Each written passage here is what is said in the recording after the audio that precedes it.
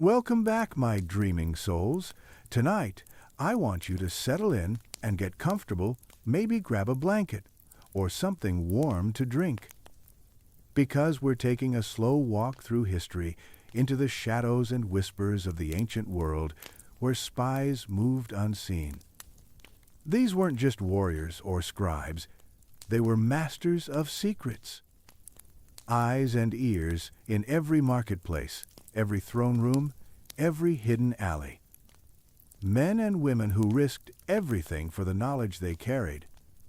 So, before we begin, hit like, subscribe, and let me know in the comments, what time is it where you are, and where in the world are you watching from? Now, breathe deep, lean in close, and relax. The earliest civilizations along the fertile banks of the Tigris and Euphrates rivers knew that power was not just about armies and walls, but also about what happened in the shadows. The city-states of Mesopotamia, bustling centers of trade and culture, understood early on that knowledge could be the deadliest weapon. Envoys and traders, the lifeblood of commerce, became unwitting or sometimes willing carriers of secrets. They traveled between cities carrying not just goods but whispers of rival plans, alliances forged in the dark, and the shifting tides of power. It is fascinating to realize that spying may have begun not with generals on the battlefield, but with merchants who learned that information could be worth more than gold. These envoys moved through crowded markets and narrow alleyways, their eyes and ears always alert. Trade caravans were perfect covers, blending into the flow of goods and people, hiding the delicate task of gathering intelligence beneath the bustle of commerce. The merchants' caravans were a network of information, carrying news faster than any messenger on horseback. Sometimes, these traders would be bribed to pass along secrets. Other times, they might overhear a careless conversation or be approached by someone desperate to sway the balance of power. In the ancient world, information was currency as precious as silver or spices. The rulers of Mesopotamian city-states understood the value of these hidden eyes and ears. They deployed their own spies to infiltrate rival cities, to listen in on council meetings, and to sow discord among their enemies. The art of espionage was born in these early interactions, where the success of a city could depend on knowing a neighbor's intentions before a single arrow was loosed. These spies had to be clever, blending seamlessly into the local populations, using disguises or posing as travelers, priests, or traders themselves. The risk was great. Caught spies faced brutal punishments, but the reward was worth the danger. After all, in a world of constant conflict and shifting alliances, a single secret could change the fate of a kingdom. What is even more intriguing is how the lines between friend and foe blurred in this early espionage. Sometimes allies would turn spies, betraying trusts for personal gain or political advantage. Loyalty was a fragile thing, and a whisper in the right ear could tip the scales. This web of deception wove itself into the fabric of Mesopotamian society, becoming as much a part of daily life as the gods they worshipped or the crops they grew. The very survival of a city often depended on who held the better secrets. Trade routes themselves became arteries of intelligence. Caravans moving through deserts, rivers, and mountains carried not only spices and textiles, but also coded messages and concealed letters.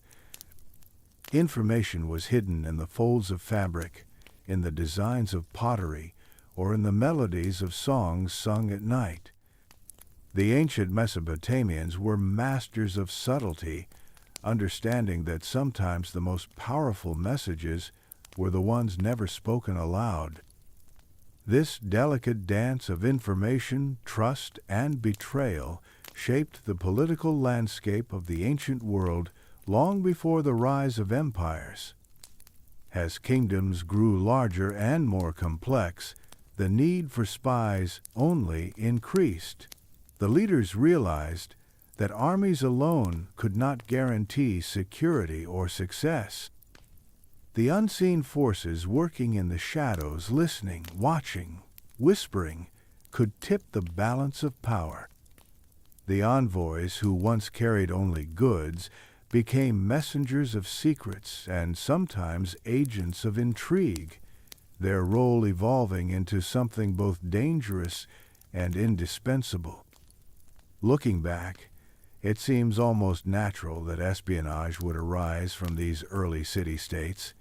When survival depended on knowing what your neighbor was planning, the value of information could not be overstated. The merchants and travelers who moved between cities had access to the lifeblood of power, and they learned quickly that knowledge could be wielded like a sword. The ancient world, it seems, was never just about open battles and visible armies, but about the hidden wars fought in whispers and shadows. So when we ask ourselves where spying truly began, it may be that it was not born in the clash of armies, but in the footsteps of traders and travelers who discovered that secrets were more valuable than gold. The power of hidden eyes and whispered words shaped the course of history from the very dawn of civilization. It was a world where trust was fragile, where the line between friend and foe was thin, and where the greatest victories were won, not with swords, but with silence.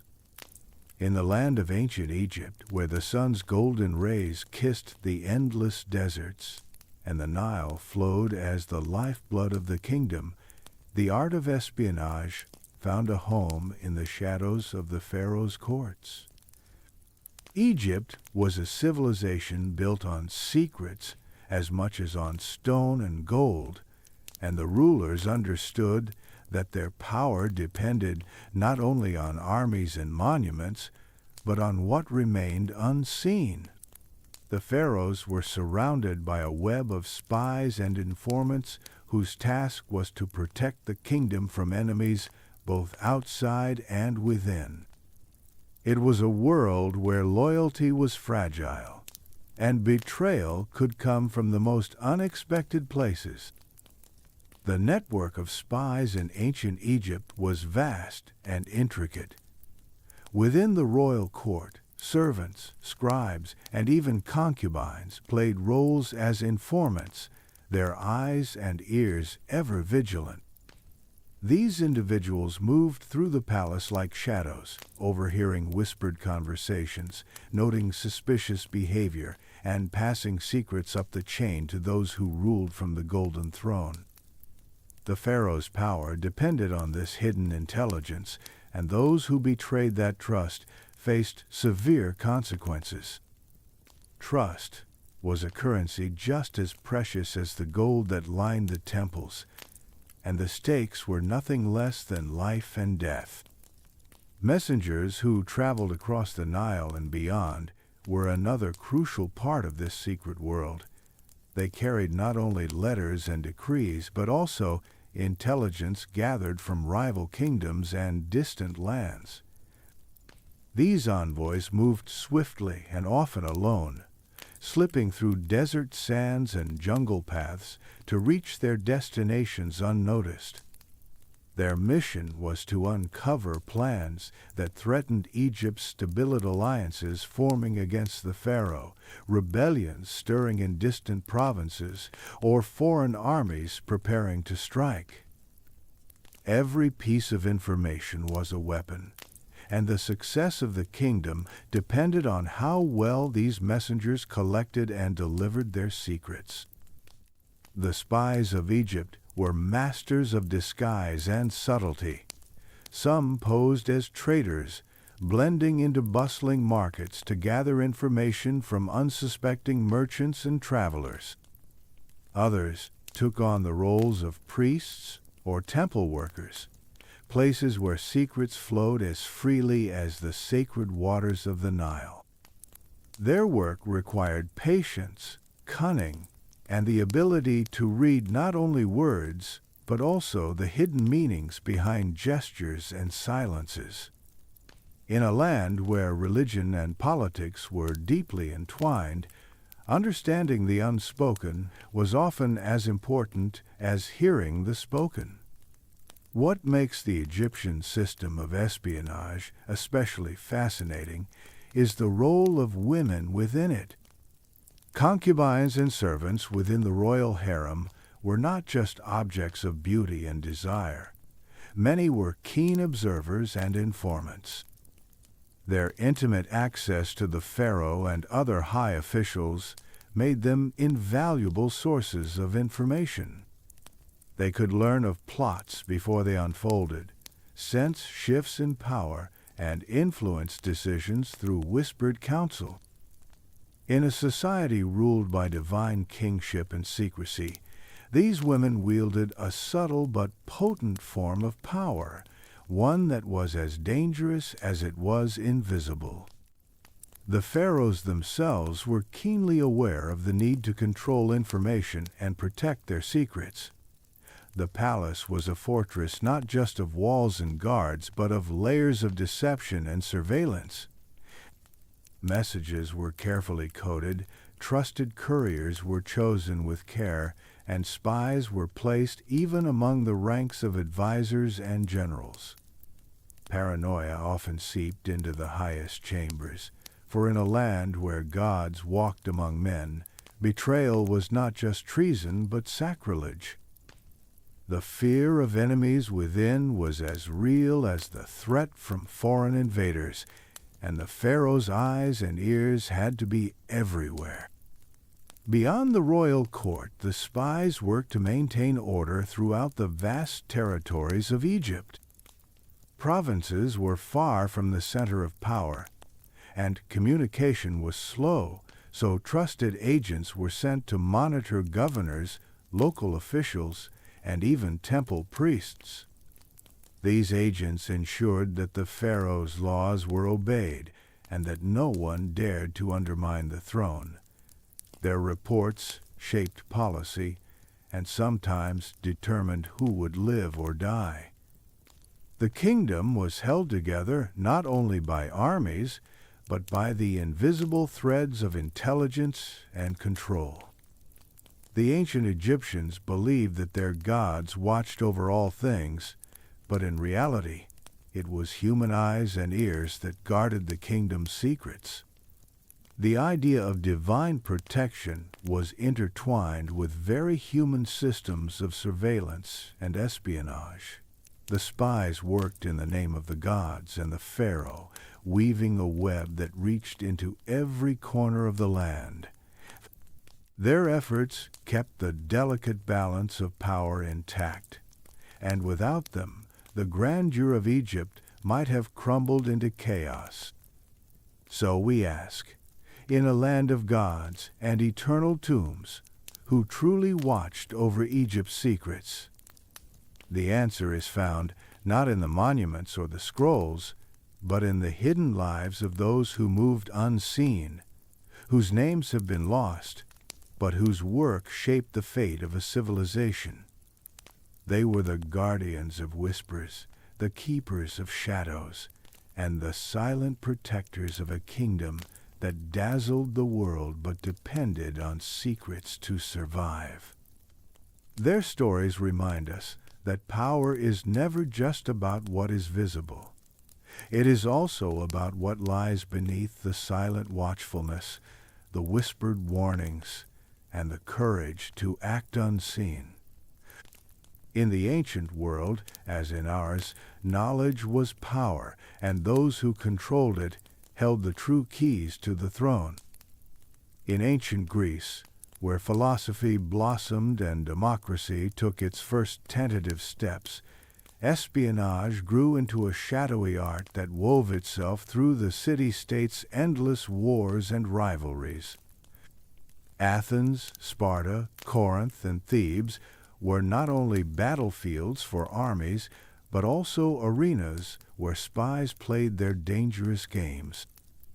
The Greeks understood that victory often depended as much on secrets and deception as on strength and strategy. Spies became vital players, using cunning, bribery, and blackmail to tip the scales in favor of their city-state. It was a world where appearances were deceptive, trust was scarce, and the line between friend and enemy blurred in crowded agoras and shadowed temples. The city-states employed a variety of tactics to gather intelligence.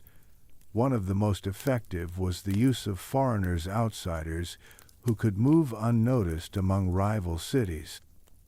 These individuals were often paid handsomely to betray their new hosts or to turn others against them. They infiltrated markets, temples, and even the homes of powerful men, gathering information and sowing discord. The Greeks were masters of manipulation, using bribes to turn traitors and threats to silence those who might reveal secrets. The art of persuasion was as important as the art of war, and spies had to be both skilled actors and ruthless operators. Coded messages and secret signs were common tools of Greek espionage. In the crowded streets and marketplaces, spies passed notes written in invisible ink or concealed in everyday objects. Symbols carved into walls or hidden in pottery communicated warnings and instructions to those who knew how to read them. This secret language was essential in a world where open communication could mean death. The use of such codes required training and trust, and it demonstrated the sophistication of Greek intelligence networks. These methods allowed city-states to plan attacks, prepare defenses, and undermine alliances without exposing their plans to enemies. The bustling agoras were not just centers of commerce and debate, but also hotbeds of espionage. Spies mingled with citizens and visitors alike, listening to conversations and collecting rumors. The agora's noise and chaos provided cover for secret meetings and exchanges of information. Temples, too, played a role, as they were places where people gathered not only to worship, but also to discuss politics and news. Here, spies could blend into the crowd or meet discreetly with informants. The Greeks understood that controlling information was a form of power as potent as any sword. One of the most intriguing aspects of Greek espionage was its relationship with democracy. Athens, often celebrated as the birthplace of democracy, was paradoxically a place where secrecy and betrayal thrived. The citizens who gathered in the assembly believed in open debate and civic participation, but behind the scenes, the city's leaders employed spies to secure their position and safeguard their interests. Democracy did not eliminate the need for intrigue. Instead, it added layers of complexity, as political factions used espionage to outmaneuver rivals. In this environment, the spy could be as influential as any politician or general. The use of espionage in Greece extended beyond mere military concerns. City-states competed for economic advantage, and information about trade routes, resources, and alliances was closely guarded. Spies gathered intelligence that could disrupt an opponent's economy or secure new opportunities for their own city. In a world where wealth and power were tightly linked, controlling information about commerce was crucial. The Greek city-states understood that war was fought on many fronts, military, political, and economic, and that espionage was a weapon that cut across all of them. Greek literature and drama reflect the importance of spies and deception in their culture.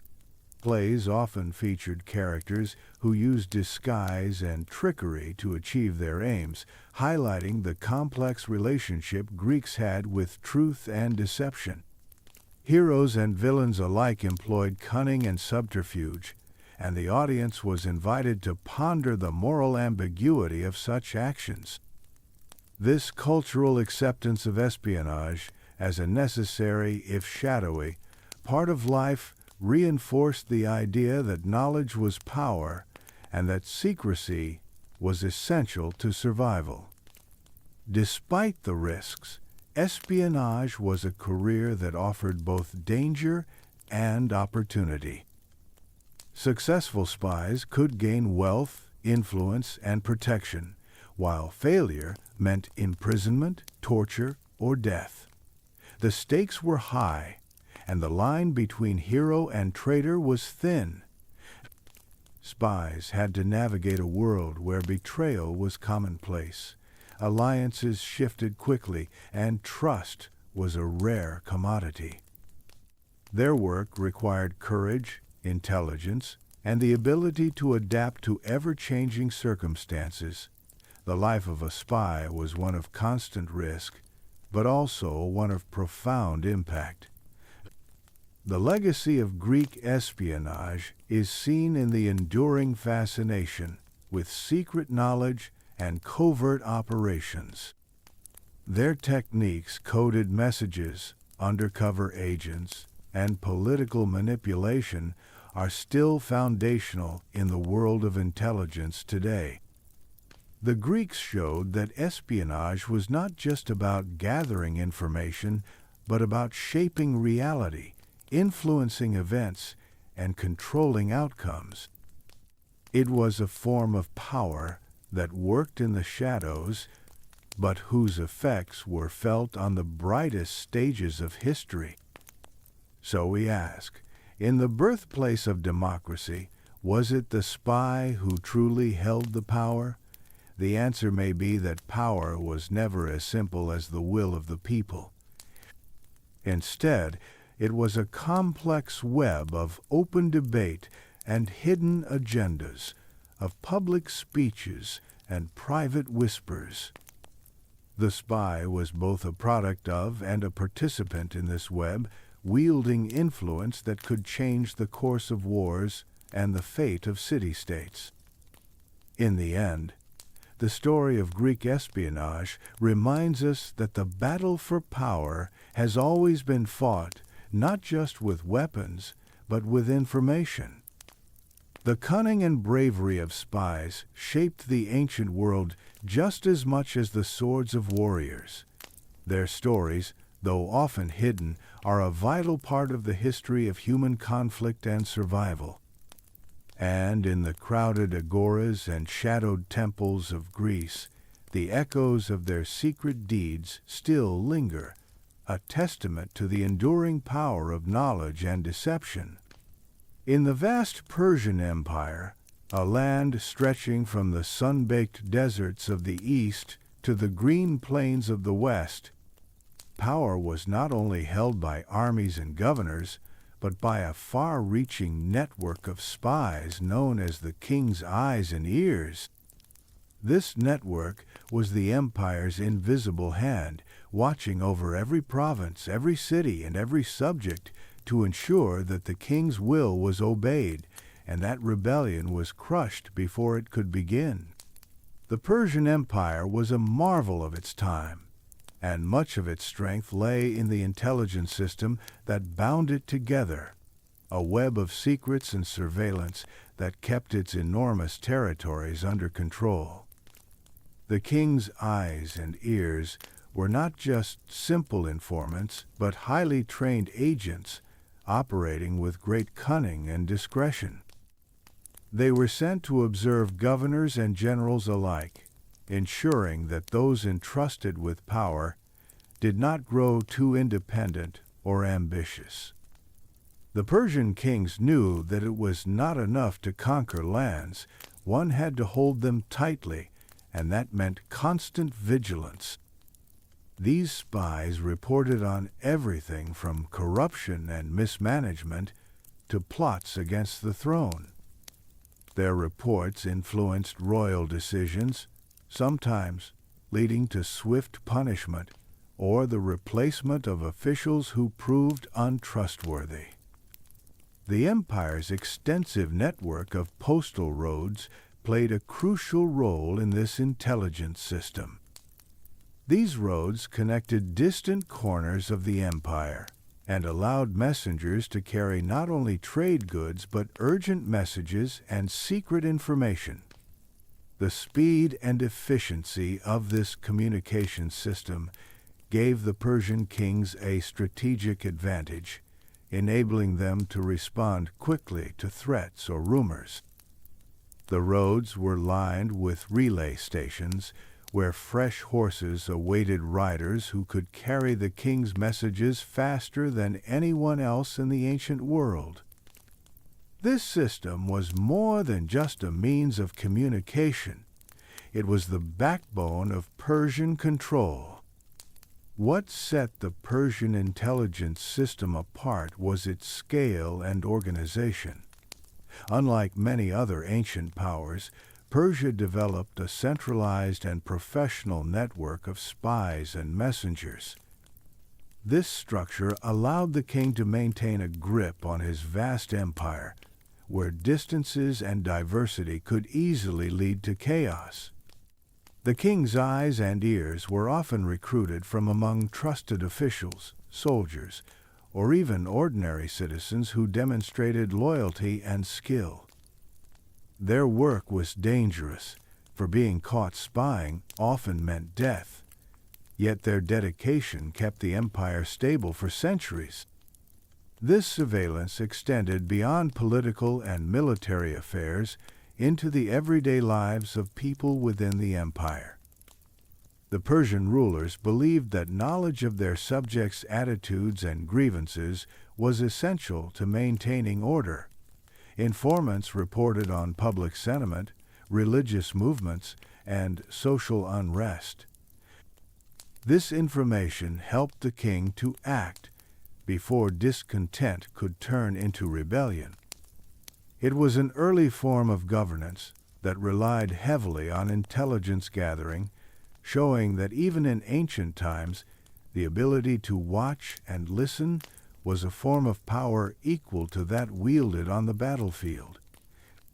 The empire also used espionage to influence its neighbors and enemies.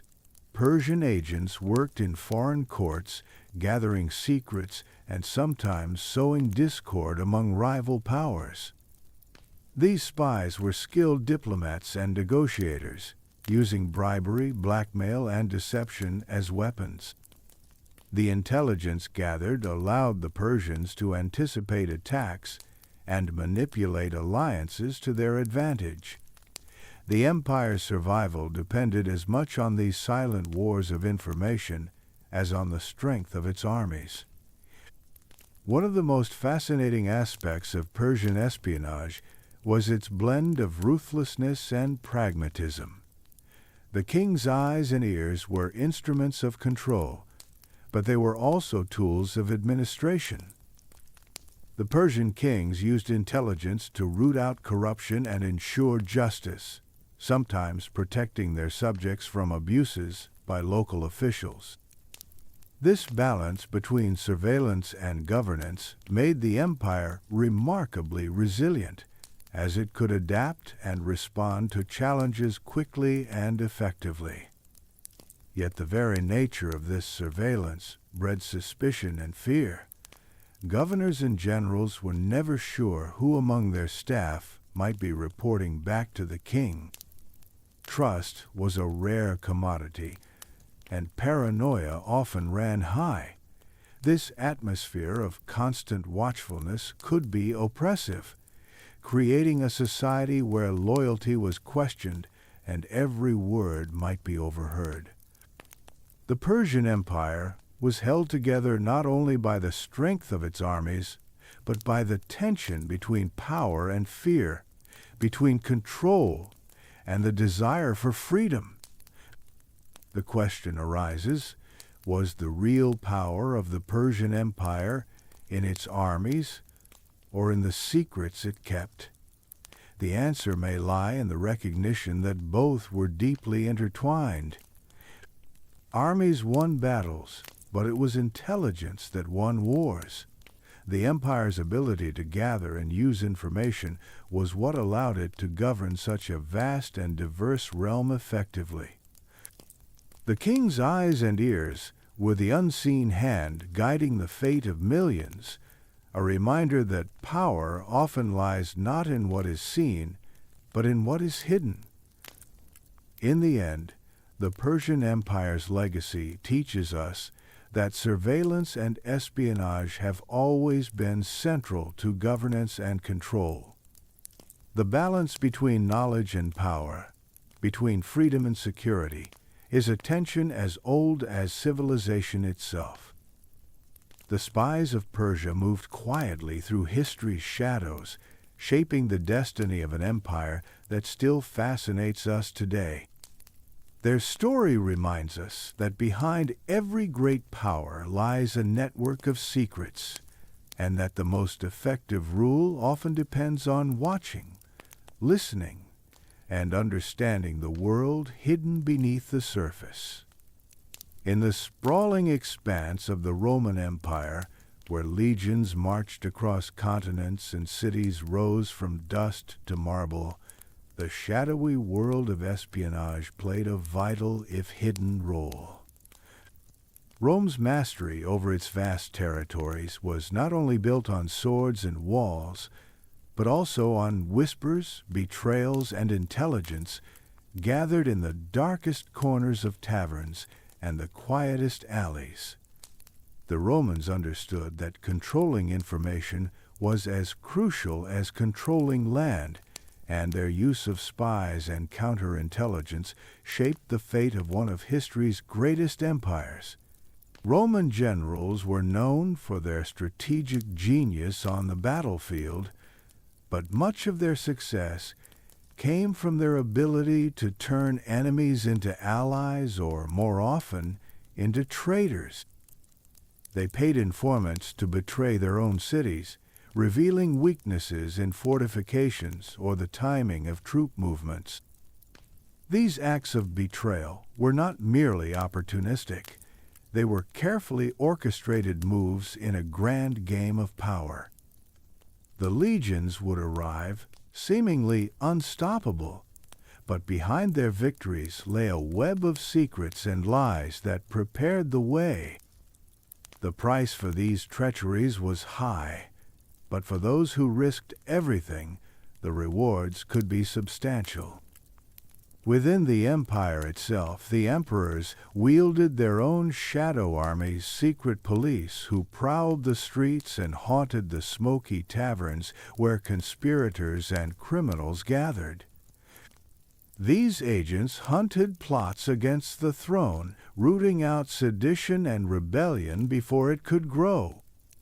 The presence of spies was felt everywhere, as rumors of betrayal and arrest whispered through the city like a dark wind. Loyalty was tested constantly, and even the closest advisors knew that their lives depended on their discretion and allegiance. The Roman court was a place where trust was scarce, and the walls themselves seemed to listen. The secret police were ruthless and efficient.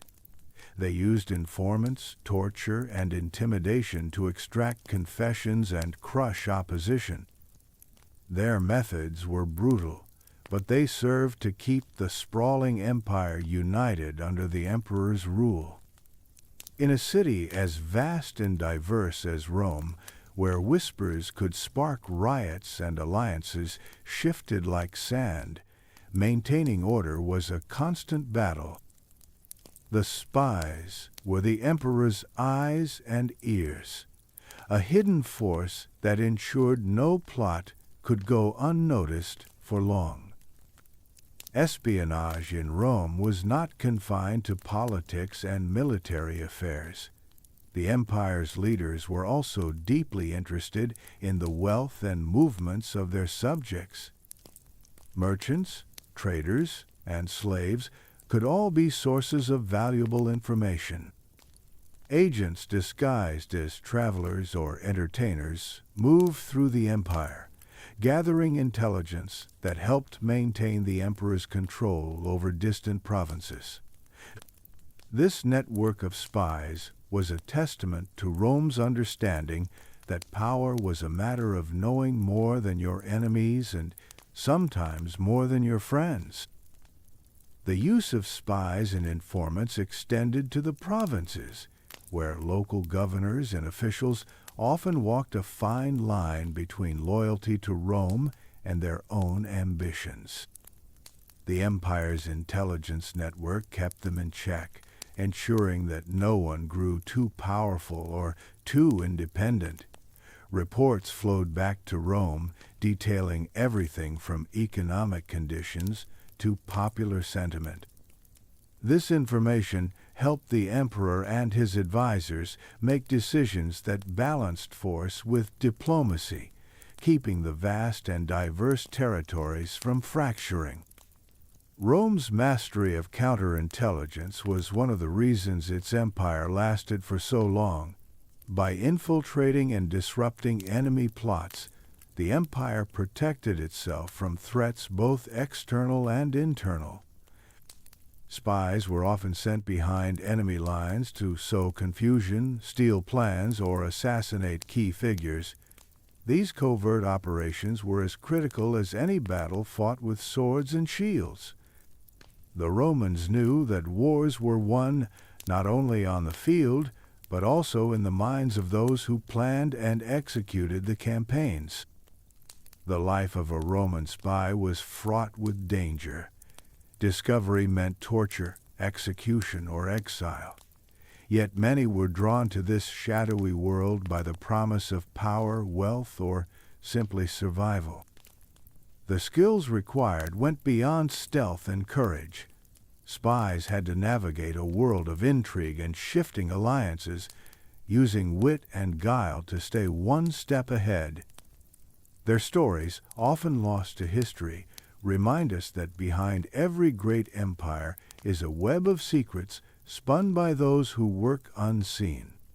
One of the most fascinating aspects of Roman espionage was its scale and sophistication.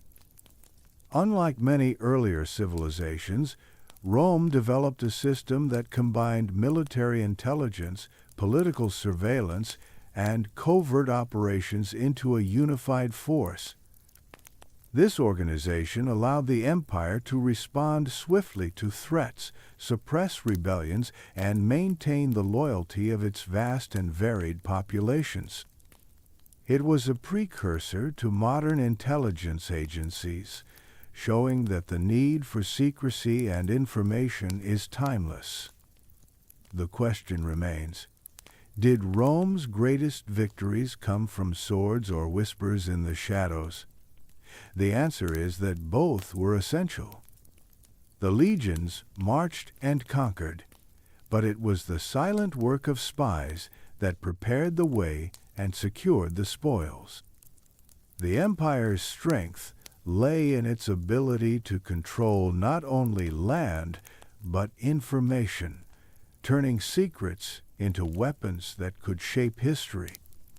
In the end, the story of Roman espionage is a reminder that power is rarely absolute or visible. It is often found in the quiet corners where whispers echo and shadows move. The spies of Rome, though hidden from the glory of triumph and the pages of history, were key players in the drama of empire.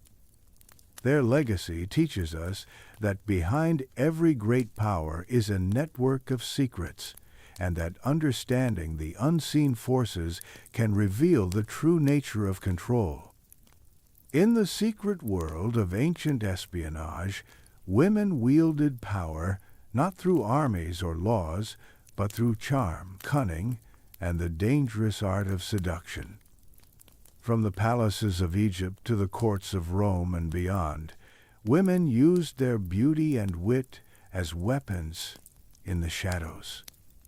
They were spies, informants, and agents whose roles went far beyond the traditional expectations of their time. Their ability to move unseen, to listen and influence, made them some of the deadliest players in the game of secrets and power. Cleopatra, the last pharaoh of Egypt, is one of the most famous examples of a woman who combined charm and espionage. She was more than a queen. She was a master strategist who understood that seduction could be a form of diplomacy and war. Her relationships with Julius Caesar and Mark Antony were not just affairs of the heart, but calculated moves to secure Egypt's independence and her own power. Cleopatra used her intelligence and allure as a shield and a dagger, navigating the treacherous waters of Roman politics with a grace and ruthlessness that have fascinated historians for centuries. Women like Cleopatra were not unique. Across ancient empires, courtesans, priestesses, and queens served as spies and confidantes, gathering secrets from the most powerful men of their time. Their positions gave them access to private conversations and state affairs, making them invaluable to kings and generals. Often underestimated because of their gender, they turned this perception to their advantage, using the power of their presence and persuasion to extract information and sway decisions. The role of women in espionage was complex and multifaceted. Some were trained agents, skilled in the arts of disguise and deception, while others became spies through circumstance, leveraging their relationships to protect their families or advance their status. Their methods varied from subtle conversations over wine to carefully planted rumors, from secret messages hidden in jewelry to the delicate art of reading a room. Each act of espionage required intelligence, bravery, and a keen understanding of human nature. Seduction was a powerful tool, but it was never just about attraction. It was about trust and manipulation, about entering the most guarded spaces and making enemies lower their defenses. These women knew how to listen, how to smile at just the right moment, and how to turn a compliment into a confession. Their charm was a weapon sharper than any sword, and their betrayal could be swift and deadly. In the courts and palaces of ancient empires, a single glance or whispered word could change the course of history. The danger for these women was constant. Discovery meant disgrace, imprisonment, or death. Yet many embraced the risk, recognizing that their position gave them a unique form of power in a world dominated by men. They walked a fine line between loyalty and betrayal, often playing both sides to survive. Their stories are tales of courage and cunning, of women who refused to be passive players and instead shaped events from behind the scenes. In addition to individual spies, entire networks of women operated in the shadows. Courtesans and entertainers often gathered information through their interactions with officials and foreign dignitaries.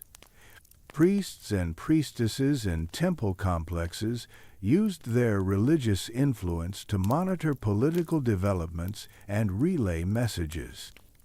These networks were essential to the intelligence operations of ancient states, providing a steady flow of information that armies and kings depended on. The intertwining of beauty and betrayal also had a symbolic aspect in ancient culture. Women who used seduction as a form of espionage embodied a dangerous duality. They were at once revered and feared. Their ability to charm and deceive challenged the rigid social norms of their time, making them figures of fascination and suspicion. This dual role was reflected in myths and stories where goddesses and mortal women wielded their allure to influence gods and men alike. The impact of female spies extended beyond individual relationships. By influencing rulers and generals, they could alter alliances, prevent wars, or spark rebellions. Their intelligence gathering could provide critical advantages in negotiations and battles. In some cases, these women became power brokers in their own right, using their networks and influence to shape policies and protect their interests. Their contribution to the political and military fabric of ancient empires is often overlooked but undeniably significant. The question arises, was the deadliest blade in ancient espionage not steel, but a smile? The answer lies in the recognition that power takes many forms. While armies conquered lands, these women conquered hearts and minds. Their work in the shadows was a testament to the complex ways in which gender, power, and intelligence intersected in ancient societies. They remind us that history is not only written by those who wield swords, but also by those who master the subtle arts of influence and deception. Their legacy lives on in the stories and legends that have survived, inspiring countless tales of intrigue and romance. From Cleopatra to lesser-known spies who remain anonymous, these women show us that espionage is as much about human connection as it is about secrets. They navigated a world where trust was scarce and danger was ever present, using their intelligence and charm to survive and thrive. In the end, the world of ancient espionage was richer and more diverse than often imagined. Women were not merely bystanders but active participants who shaped the course of history through their courage, wit, and daring. Their stories challenge the notion of power as solely masculine and highlight the many ways influence can be exercised. They invite us to look beyond the obvious and appreciate the hidden forces that drive human events.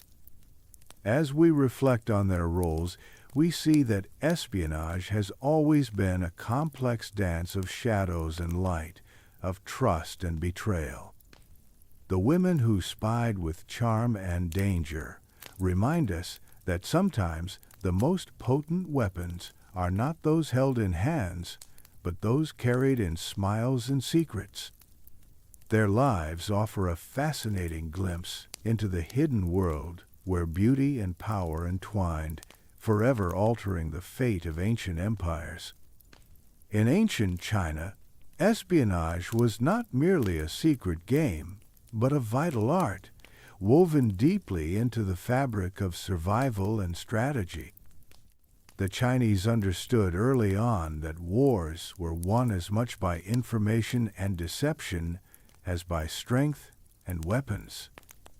This idea was famously captured in the teachings of Sun Tzu, whose work on the art of war emphasized that knowing your enemy and yourself was the key to victory. His writings, still studied today, placed spies at the heart of warfare, calling them indispensable tools in the arsenal of any ruler or general. Spying in ancient China was not just about gathering raw intelligence. It was an intricate dance of disguise and deception. Spies often took on carefully crafted roles, blending into their surroundings as wandering monks, traveling merchants, or humble farmers. Their ability to disappear into the crowd made them effective observers and messengers. These agents needed to be skilled actors, able to adopt new identities and backstories with ease, living double lives for months or even years as they collected secrets or spread misinformation. The Chinese Empire's vast and diverse landscape, ranging from thick forests to towering mountains and sprawling rivers, posed unique challenges and opportunities for spies. Travel was arduous and dangerous, and spies had to navigate not only natural obstacles, but also hostile territories, where discovery meant death. Despite this, the Chinese developed sophisticated methods for transmitting information, using coded messages hidden in poetry, music, and even everyday objects. The ability to send secret communications was just as crucial as the act of spying itself, ensuring that intelligence reached the right ears without interception. Sun Tzu's influence on espionage went beyond strategy. He framed deception as a moral and philosophical necessity in war. He taught that the supreme art was to subdue the enemy without fighting, that the best victory came through cunning and misdirection. This perspective shaped the way spies operated, emphasizing subtlety and psychological manipulation rather than brute force.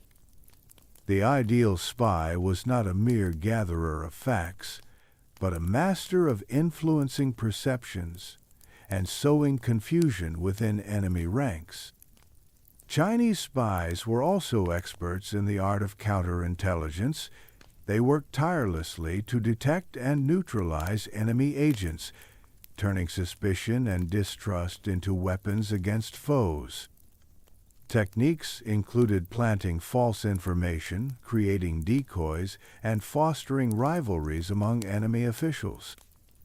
The Chinese understood that a well-placed rumor could be as effective as a spear, disrupting alliances and causing panic. This constant battle of wits was a hallmark of Chinese espionage, where nothing was taken at face value and every shadow was suspect. The role of espionage extended into the political realm as well. Court intrigues, rival factions, and power struggles within the imperial palace created an environment where spies were necessary not only outside the empire, but within it. Trusted agents reported on the ambitions and loyalties of nobles, ministers, and even members of the royal family. The emperor's rule depended in part on this web of surveillance, ensuring that no one grew too powerful or plotted in secret. This internal espionage was a delicate balance, as mistrust could easily lead to paranoia and chaos, yet it was essential for maintaining order. Training for spies in ancient China was rigorous. Agents learned martial arts, languages, and the skills of disguise. They were taught to read people and situations, to blend seamlessly into various social classes and environments. Intelligence operatives also studied philosophy and literature, understanding that knowledge of culture and psychology was as important as physical skills. This comprehensive education made Chinese spies some of the most effective and feared in the ancient world. The use of spies was not limited to military conflicts. The Chinese employed espionage to protect trade routes, monitor foreign envoys, and gather information about neighboring states. The Silk Road, a vital artery of commerce connecting East and West, was both a highway for goods and a conduit for intelligence.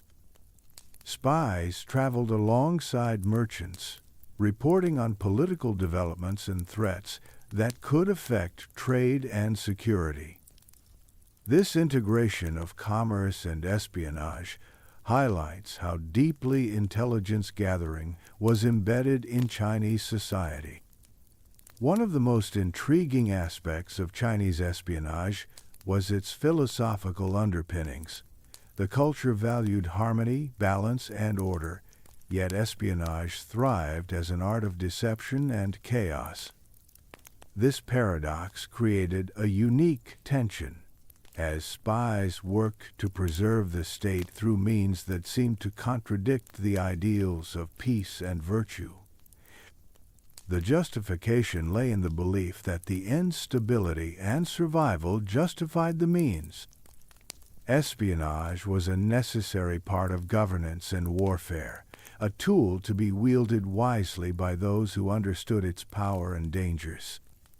The legacy of Chinese espionage is profound, influencing not only ancient history but also the development of intelligence practices worldwide. The principles laid down by Sun Tzu and the methods perfected by Chinese spies continue to inspire military strategists and intelligence agencies. Their stories reveal a civilization that saw the world in shades of gray, where truth was often hidden behind masks and where success depended on understanding the unseen. As we consider the ancient art of Chinese espionage, we are reminded that war and politics are not only contests of force but battles of minds. The spies who moved through the empire, disguised as monks or merchants, were not mere shadows. They were masters of their craft, shaping the fate of nations through skill, courage, and subtlety. Their work underscores the timeless truth that in the world of power, the greatest victories are often won in silence. So we ask, in a world that prized harmony, how did shadows rule the day? The answer lies in the recognition that even in a society devoted to balance, survival demanded vigilance and cunning. Espionage was both a necessity and an art, a dance between light and dark that defined the ancient Chinese approach to power. The spies of this era remind us that knowledge, when wielded with wisdom and daring, can be the most formidable weapon of all. The harsh deserts of Arabia, where endless dunes shift beneath the blazing sun and the nights are cool and silent beneath a blanket of stars, formed a challenging backdrop for a unique and vital form of espionage. In this land of nomadic tribes and trading caravans, where loyalty was often fluid and survival depended on knowledge of both friend and foe, spies became essential players in the ever-shifting political landscape. The deserts were not just physical barriers, but also stages for a constant game of watchfulness, where information could mean the difference between life and death. Camel caravans moved like veins through the desert, carrying precious goods, spices, incense, textiles that connected distant cities and kingdoms. But these caravans were much more than mere traders. They were also couriers of secrets, moving intelligence hidden in coded messages or whispered conversations. The spies who traveled with them were masters of disguise and persuasion, blending seamlessly with merchants and nomads alike. Their task was to gather news of rival tribes, foreign armies, and political intrigues, ensuring that their leaders were never caught off guard. Trust in the desert was a fragile and precious thing. The vast open spaces made betrayal both easier to hide and more deadly. A spy who crossed the wrong tribe could vanish without a trace, swallowed by the sands or silenced by a swift dagger. Desert dwellers understood this well, and their lives were marked by a constant vigilance that extended beyond the physical dangers to the dangers of hidden enemies. In a world where alliances were fragile and vendettas long, knowing who to trust was as critical as knowing how to find water. The nights in the desert, under the endless canopy of stars, were both a refuge and a trap. They offered cover for secret meetings, whispered negotiations, and the exchange of sensitive information. But these silent hours were also when betrayal was most feared. The desert's quiet could be shattered by a sudden ambush or the betrayal of a trusted guide. Spies and informants worked in these shadows, their presence invisible but their impact profound. Their intelligence shaped decisions that affected not just tribes but entire regions. Desert espionage also involved psychological warfare. Rumors and misinformation were spread to confuse enemies and create distrust within rival groups. The art of deception was valued as highly as the skill of sword or spear. A well-placed false report could send a rival tribe on a wild chase or cause internal divisions that weakened their power. This invisible warfare was as relentless as the desert wind, shaping alliances and conflicts alike. The harsh environment also influenced the methods of espionage. Spies had to be hardy, capable of enduring long journeys across unforgiving terrain. They often relied on local knowledge, adopting the customs and languages of different tribes to blend in. Their survival depended on their ability to read signs in the landscape and understand the subtle cues of human behavior.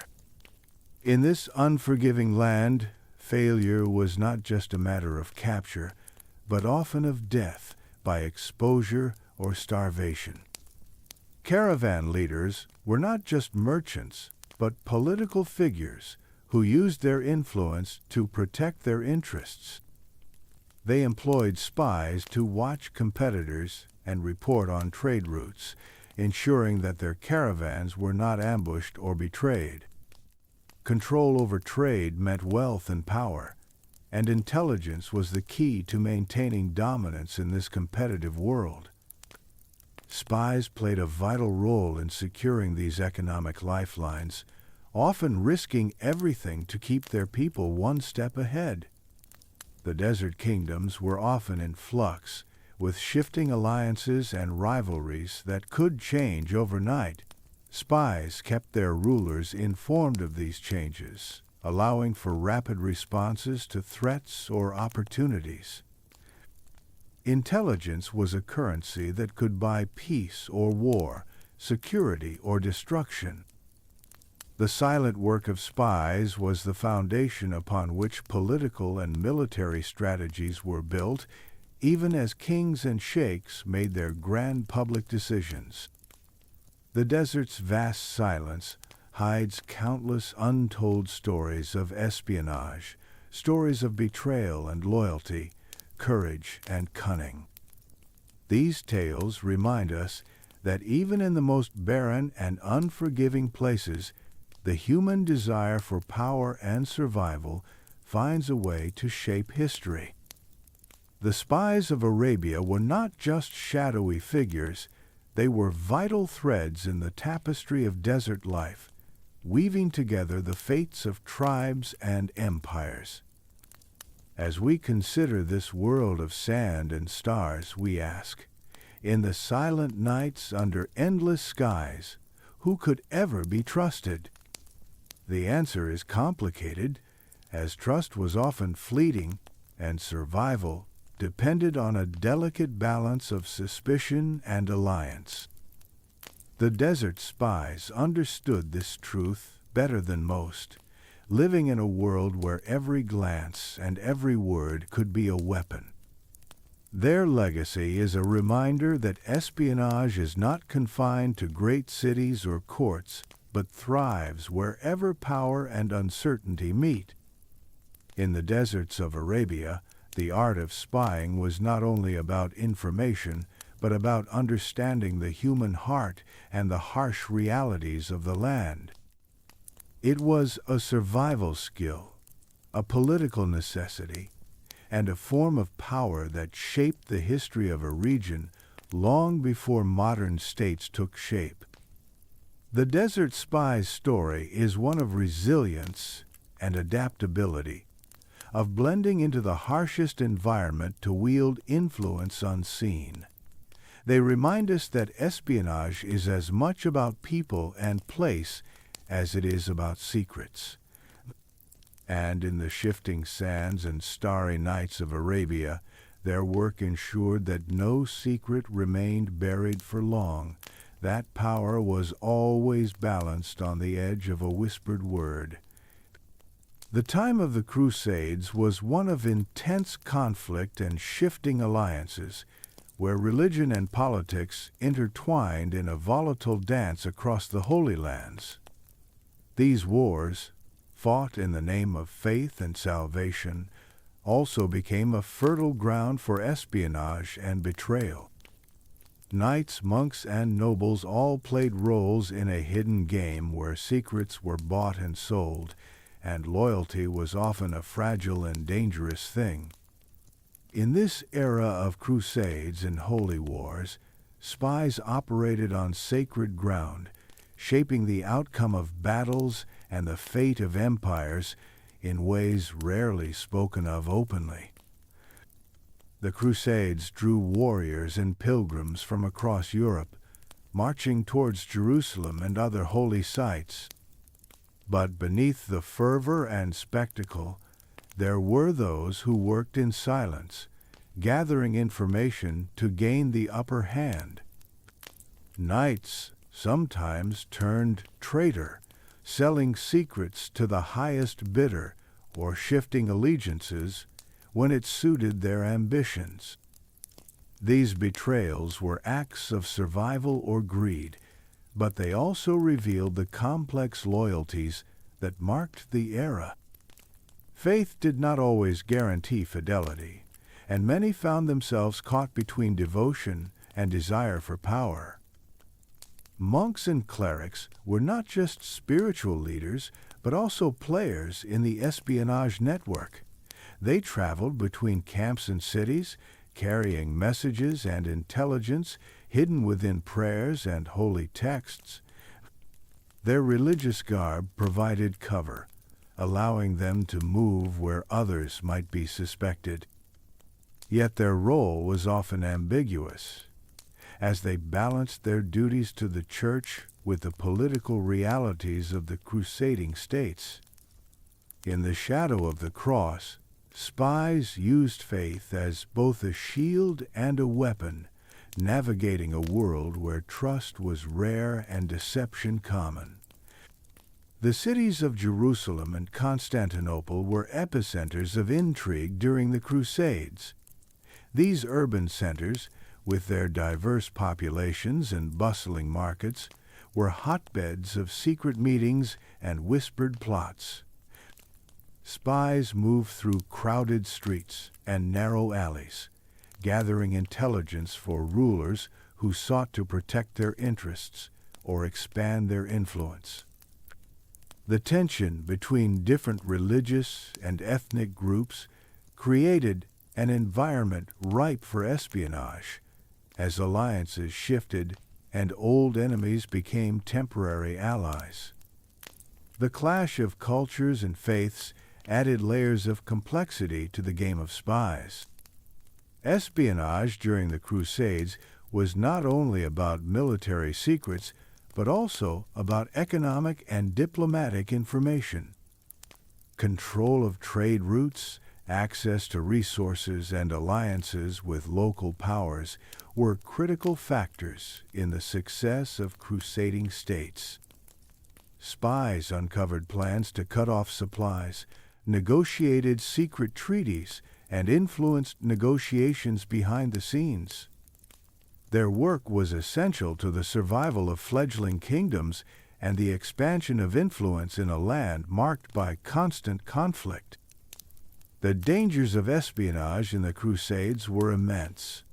Spies risked torture, imprisonment, or execution if caught. Yet many, accepted the peril, driven by loyalty to their cause, desire for wealth, or the harsh necessity of survival. The life of a spy was one of constant vigilance and shifting identities, where a single mistake could be fatal.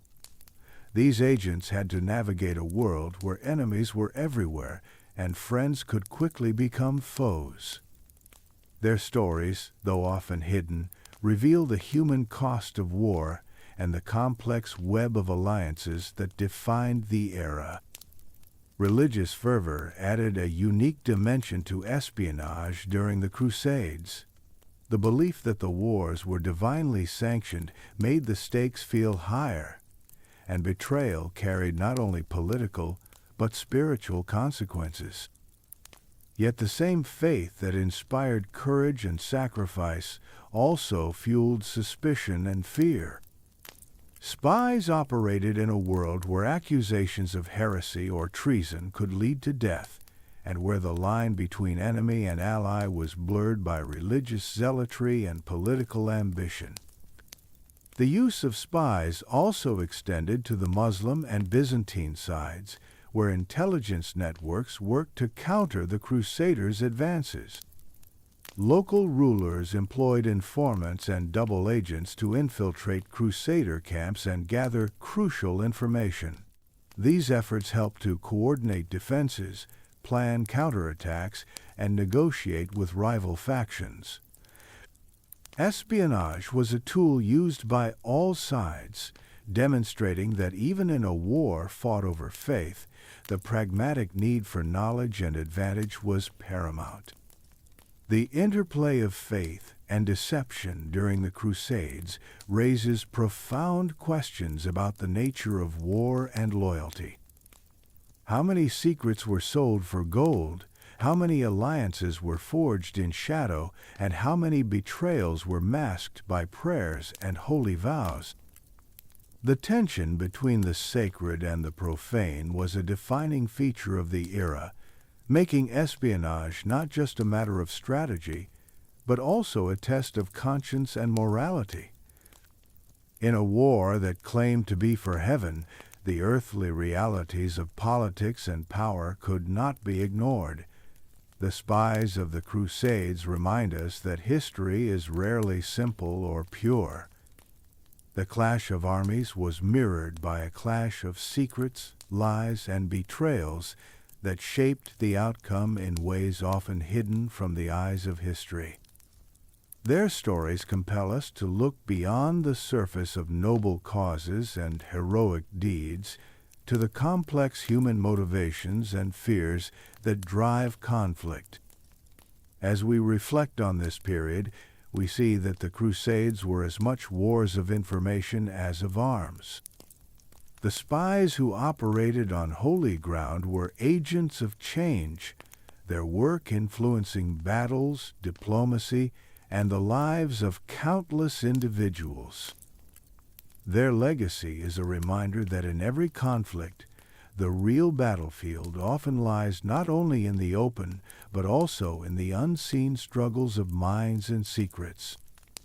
The story of espionage during the Crusades invites us to reconsider how we understand history, recognizing the shadows behind the light.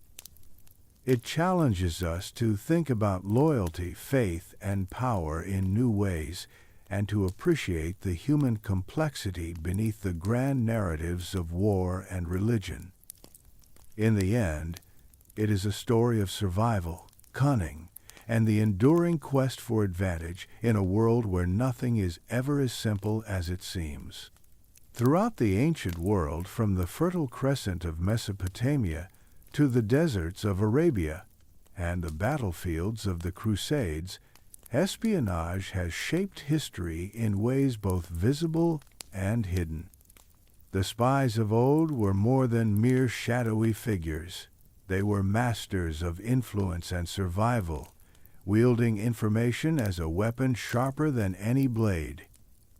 Their work was dangerous, secretive, and often thankless.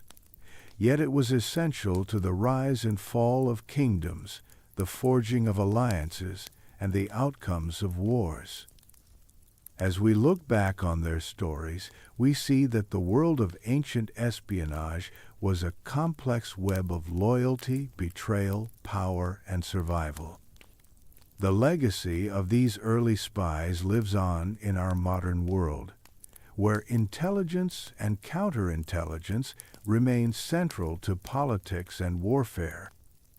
The methods have evolved with technology, but the core principles remain unchanged. Knowledge is power, trust is fragile, and the unseen battle for secrets continues.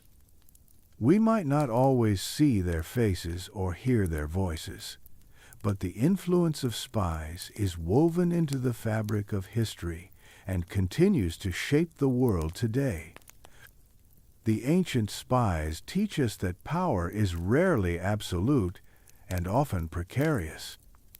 It depends on who controls the flow of information, who can deceive and persuade, and who can anticipate the moves of friends and foes alike. The great empires of the past understood this well. They built armies and cities, but they also built networks of spies and informants, knowing that victory in the open field was only one part of maintaining control. Behind every conquest and every treaty lay a hidden world of secrets, lies, and whispered warnings. We also learn from their stories the human cost of this invisible war. Spies lived with constant danger and uncertainty. They walked a fine line between heroism and treachery, often sacrificing their own safety, and sometimes their lives for causes that might remain unknown or misunderstood by the world. Their courage and cunning remind us that history is not just shaped by kings and generals, but also by those who operate in the shadows, whose deeds may never be recorded, but whose impact is profound. The interplay of trust and betrayal that defined ancient espionage is a mirror to the human condition. It reflects our desire for security, control, and survival, but also the fears and uncertainties that come with living in a world where loyalty can be bought and truth is elusive. The ancient spies navigated this complex terrain, and their experiences continue to resonate as we face our own challenges in a world where information is both a tool and a weapon. As we close this story, we are reminded that espionage is not merely a relic of the past, but a living part of our present and future. The same hunger for secrets and the same battles of influence persist, whether in the corridors of power, the digital shadows of cyberspace, or the silent exchanges between allies and adversaries. Understanding the origins and evolution of spying gives us insight into the nature of power and the importance of vigilance, ethics, and wisdom in wielding information. Finally, we must ask ourselves what it means to live in a world shaped by secrets and lies. How do we balance the need for security with the rights to privacy and truth? How do we ensure that the pursuit of information does not become a tool of oppression or injustice? The ancient spies, with their cunning and courage, offer both caution and inspiration as we navigate these questions. The story of ancient espionage ends not with a final revelation, but with an ongoing challenge. It invites us to recognize the shadows behind history's light and to appreciate the complexity of human motives and actions. It reminds us that behind every great empire and every turning point in history lies a world of silent watchers and whispered secrets. As we turn away from these tales, we carry with us a deeper understanding of the power of knowledge and the human stories hidden beneath the surface of history. The legacy of the spies of old endures, urging us to look beyond appearances, to question what we are told, and to seek the truth in the spaces between words. And so the story concludes, not with a final answer, but with an invitation to remain curious, vigilant, and aware of the unseen forces that continue to shape our world.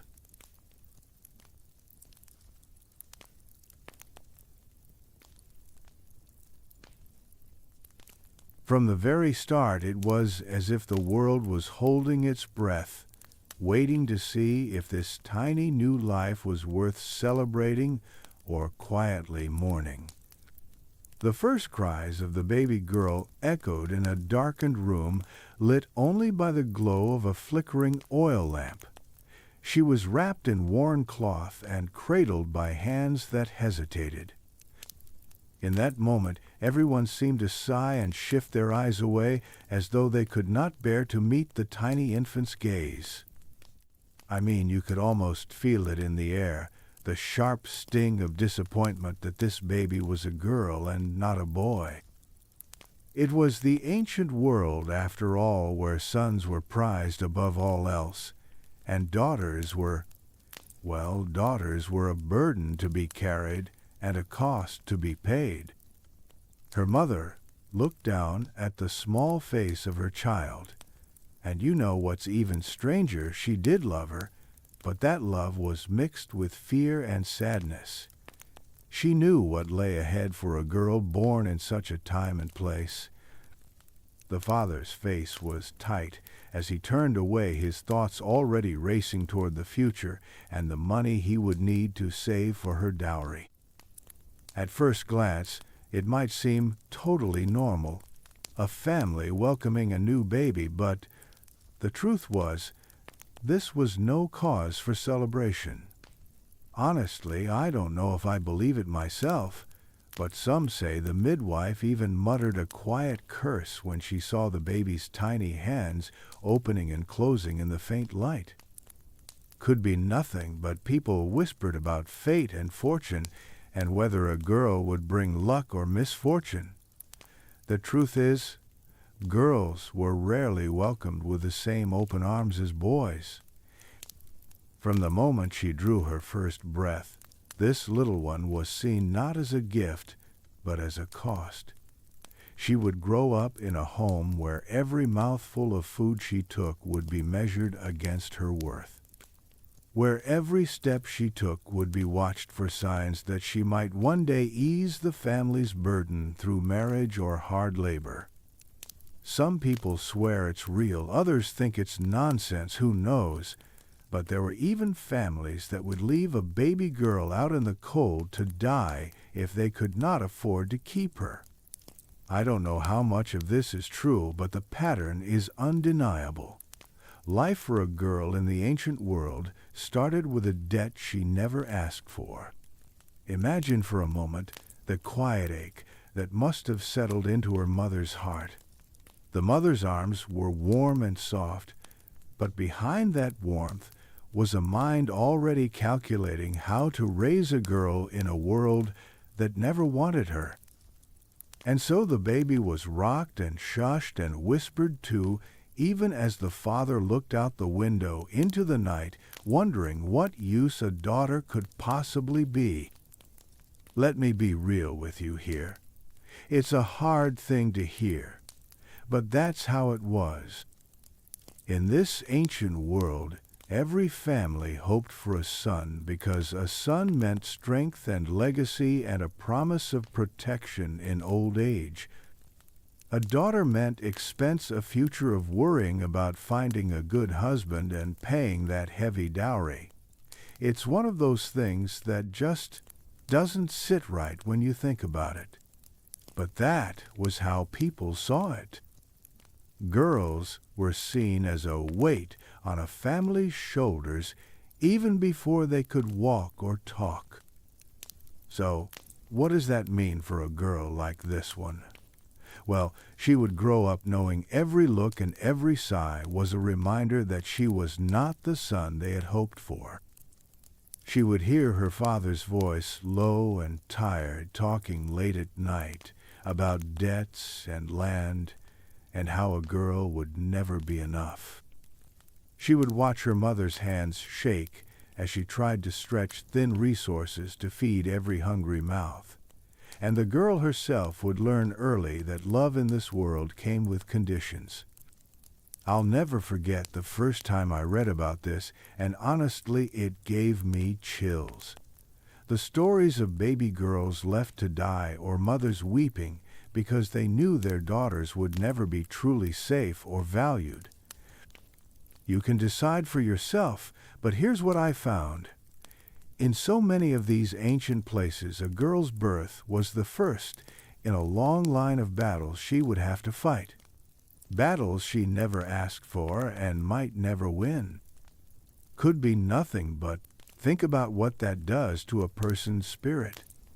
To know from the start that you were a disappointment, that your life was measured by how much it would cost to keep you alive.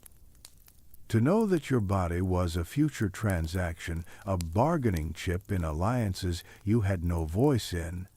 The cradle might have been soft and warm, but it was also the first cage. Anyway, back to the point, what did that baby girl see when she first opened her eyes to the world? Did she sense the way her parents flinched, or the way the neighbors gossiped? Did she feel the weight of expectations already pressing down on her tiny chest? We cannot know for sure, but I have seen enough to wonder if there's something more to it. Like an echo that never fades, a truth that still haunts us, even now. It's just odd, isn't it? How the same cradle that rocked her to sleep also taught her her worth, or rather her lack of it. And you know what's even stranger? That this pattern kept repeating itself generation after generation like a cycle no one could break. A girl born into a world that never wanted her, her only hope was to somehow prove herself in a system that was built to keep her silent. So, here we are at the start of this story. A tiny baby girl in a darkened room, her mother's arms warm but her father's eyes distant. Outside the night was silent, and inside the whispers had already begun. She was a burden, a cost, a future debt to be paid. But what does that feel like, really? What does it do to a person to know from the very start that you are something to be endured rather than celebrated? I mean, I can't prove it, obviously, but it's worth considering. When a child grows up surrounded by those unspoken truths, how does she find her own voice? How does she ever believe she is more than what they say she is? And here's the real kicker. How did it feel to grow up knowing the world never wanted you? From the very first breath of a girl in this ancient world, her life was already marked by the expectations of marriage. It was not the sweet story of a fairy tale where two people found each other and fell in love. No. Marriage was a transaction, and she was the currency. Her family was her first marketplace. I mean, you have to wonder how it felt to be so young and yet already know that your future was not yours to shape. Some people might say it was just the way of things, but let me be real with you. Here it was a way of life that turned daughters into bargaining chips and mothers into quiet witnesses of deals they had no power to stop. At first glance, it might seem totally normal, a father talking about dowries and alliances, as if he were discussing the price of grain or wool. But when you think about it, it's more than just numbers and promises. It is about a young girl's whole life being traded for another family's advantage. Could be nothing, but the way they spoke of daughters like goods to be weighed and measured tells you everything you need to know. Fathers would sit in small, dusty rooms and speak in low voices about how many cows or how much silver they might receive in exchange for their daughter's hand. They would talk about family ties and political gain, and how this marriage would secure their place in the community. And in those quiet conversations, there was never any mention of what the girl might want or need. Imagine for a moment what that must have felt like for her. One day she was a child playing with scraps of cloth and singing little songs in the courtyard, and the next she was a promise to be sold to a man she might never have seen before. She would have watched her mother's eyes filled with sorrow but also resignation, because this was the way things had always been. You know what's even stranger, the girl might not even have been old enough to understand what marriage really meant, and yet she would know in her bones that her fate was no longer her own. I'll never forget the first time I read about these marriages of convenience and power. Honestly, it gave me chills. The idea that a young girl's innocence and laughter could be bought and sold like any other good in the market. The father would look at his daughter not with tenderness, but with calculation. The mother would smooth the girl's hair and whisper that it would be all right, even if she did not believe it herself. And the girl, well, she would learn early that her worth was measured in the weight of silver or the size of a field. So what kind of love could ever grow from such chains? I mean, think about it. A young girl forced to marry a man 3 or 4 times her age, a stranger who saw her not as a partner but as a prize. He might have had children already, or he might have been old enough to be her grandfather. Some people swear these marriages brought peace between families, but at what cost to the girl herself? She would have to learn to hide her fear and smile politely as she was handed over like a piece of property. And the truth is, she would have no choice. Her father's word was law, and the world expected her to obey without question. Could be nothing but the way these girls were taught to be silent still haunts me. They were taught to lower their eyes and bow their heads and accept whatever fate was decided for them. They were told that obedience was their duty and that love, if it came at all, was just a dream for storybooks. So she would stand there in a room full of men talking about land and cattle, and she would know deep down that her voice did not matter.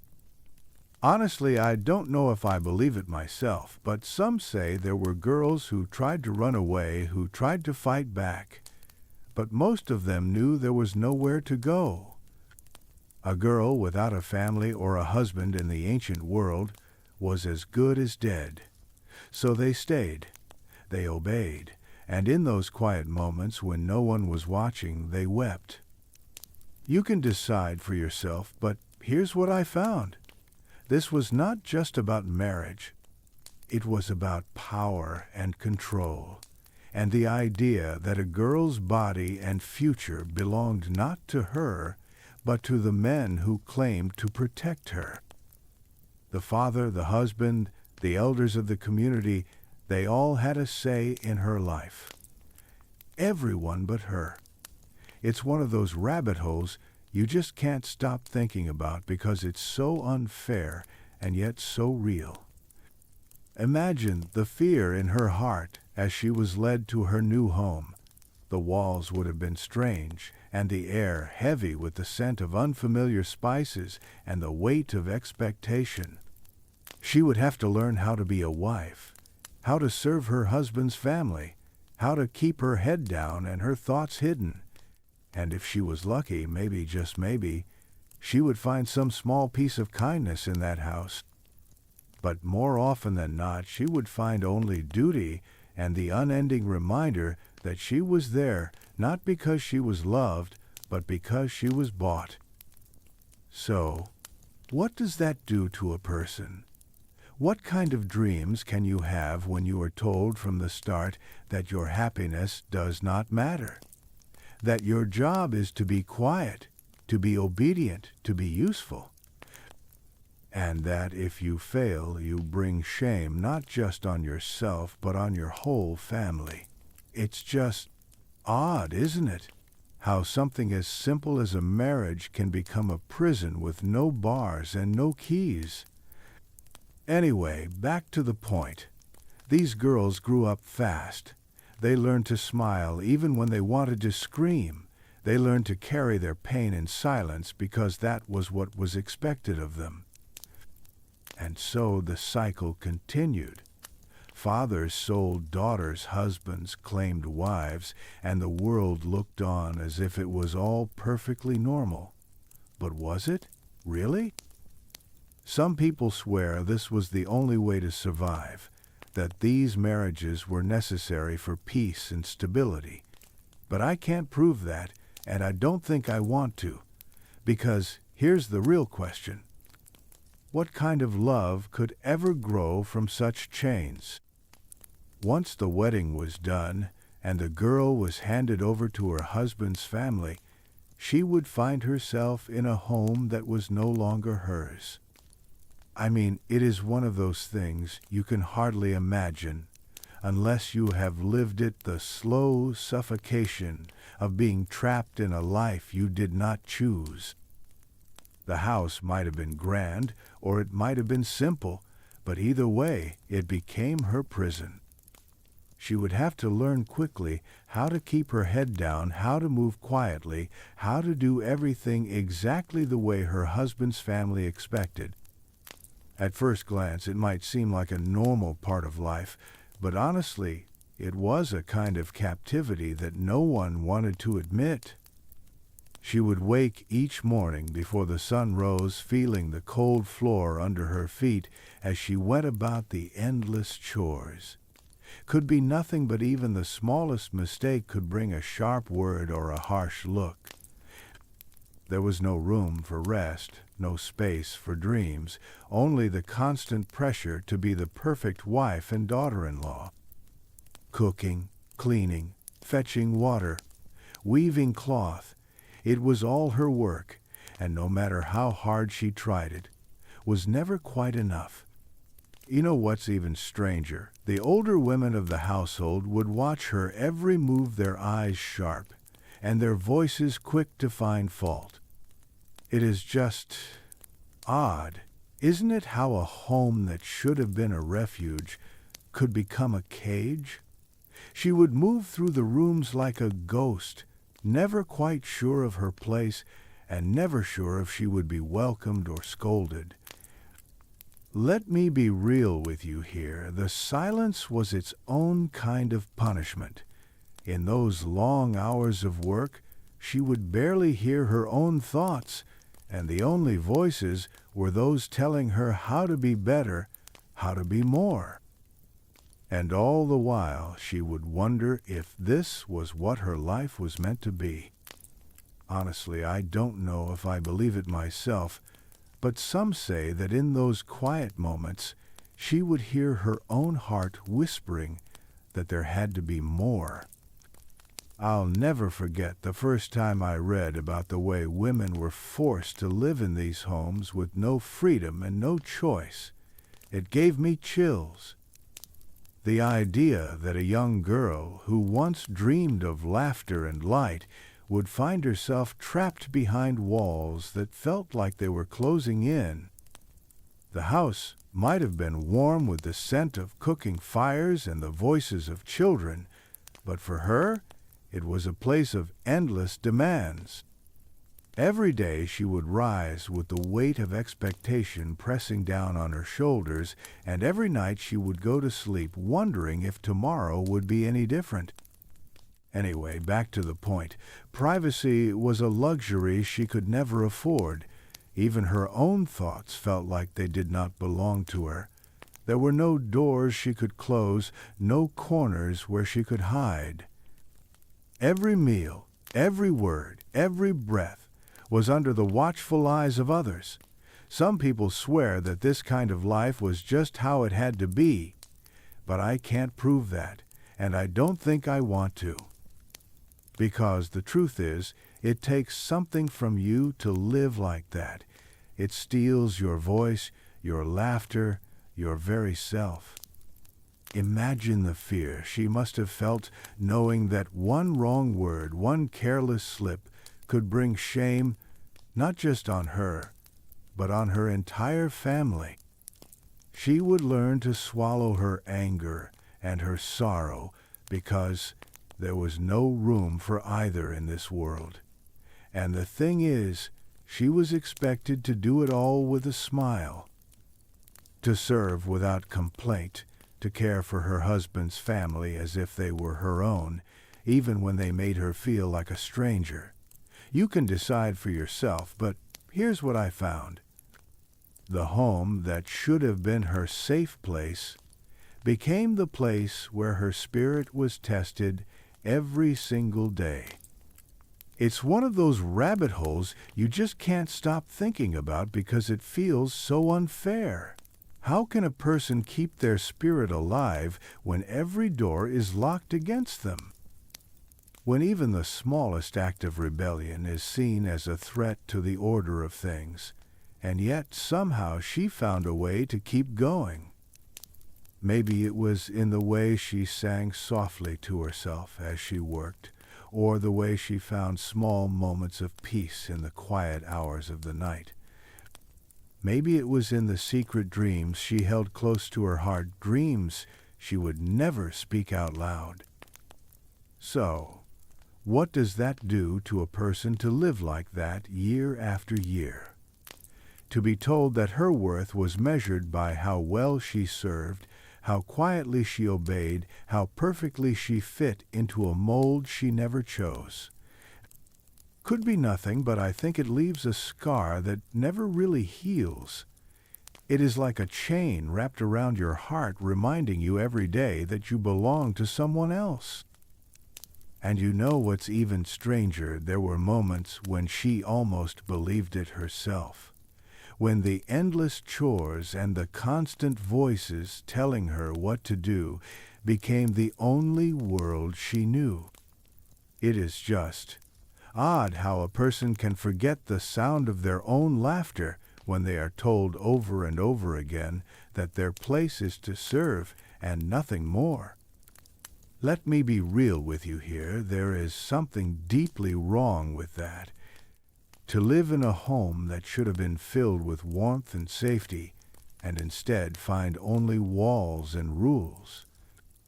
To be told that your happiness does not matter, that your dreams are too dangerous to be spoken out loud. Some people swear this was the only way to keep families strong, but I have seen enough to wonder if that was ever really true. So, here is the question that haunts me. How do you keep your spirit alive when every door is locked against you? How do you hold on to the hope that there is more to life than this narrow world you were born into? Honestly, I don't know if I have the answer, but I think it is a question worth asking. And then, nothing.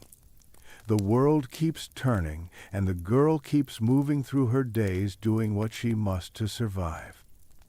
But in the quiet moments, when no one is watching, maybe, just maybe, she dares to dream of something more, of a life where her laughter is not a threat, where her voice is not a burden, a life where the walls of her home do not feel like a prison. Anyway, back to the point. In this ancient world, a woman's home was her prison, her voice was her silence, and her dreams were the one thing she could never speak. And yet, even in that darkness, there was always a flicker of something more, a quiet rebellion in the way she kept going, in the way she found small moments of peace in a world that wanted her to disappear. It is one of those things that just does not sit right, and it never will.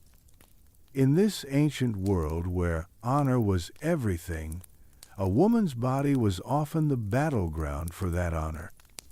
It is one of those truths that is hard to look at directly, but it was everywhere in the stories and the whispers and the unspoken rules that everyone seemed to know by heart. From the moment she could walk, she was taught that her worth was tied to the way she moved, the way she spoke, the way she kept her eyes down and her mouth shut. Could be nothing but the weight of that lesson shaped every part of her life. Imagine growing up with the constant knowledge that one mistake, real or imagined, could cost you everything. Some people swear that this was the only way to keep families strong, but let me be real with you. Here it was a burden that no one should have had to carry. Fathers and brothers and husbands, they all held the power to decide if a woman was pure enough to be protected or if she had failed in her duty. And if she failed, well, the price was paid in blood. At first glance, it might seem like an exaggeration, but I will never forget the first time I read about honor killings and public shaming and the way a woman's life could be snuffed out for something as small as a rumor. Honestly, it gave me chills. The idea that your whole future, your whole self, could be destroyed because someone decided you had crossed a line you never even saw. It is just odd how quickly a home could turn into a courtroom and how easily a girl could become a symbol of shame. Anyway, back to the point. These tests of purity and loyalty were brutal, and they were everywhere. In some places, a woman was forced to stand in the public square and prove her innocence in front of everyone she knew. In others, she was dragged behind closed doors where the questions were asked in low voices and the answers were never good enough. And the thing is, there was never any real way to win. No matter how careful she was, no matter how obedient, there was always the chance that someone would say she had dishonored her family. And once those words were spoken, there was no going back.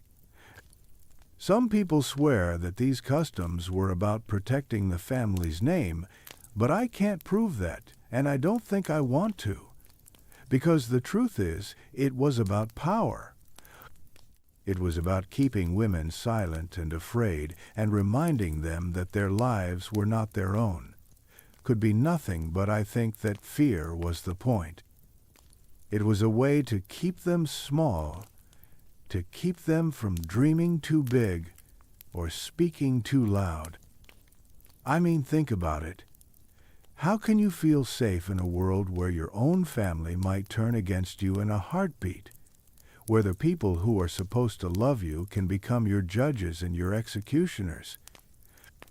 You know what's even stranger in some stories? The women who survived these trials were praised as examples of purity and honor, as if the violence done to them was something to be proud of.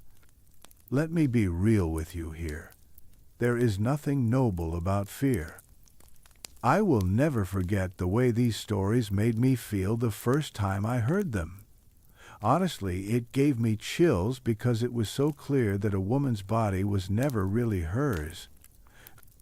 It was a canvas for other people's fears and ambitions, a stage where honor and shame were played out for everyone to see. Some people swear that this was the only way to keep order, but I have seen enough to wonder if that order was worth the cost. Imagine the terror of living every day with that threat hanging over your head. The way you would learn to watch every word and every gesture to make sure no one could ever question your loyalty. And even then, you would never really be safe, because once suspicion took hold, it was like a wildfire. It burned through everything you were, everything you might have been. And the worst part was that it did not even have to be true. A single word, a single glance could be enough to set it all in motion. So, what does that do to a person to live like that? To know that your life could be stolen away because of someone else's anger or someone else's pride? It is just odd how quickly the line between love and violence could blur in the name of honor.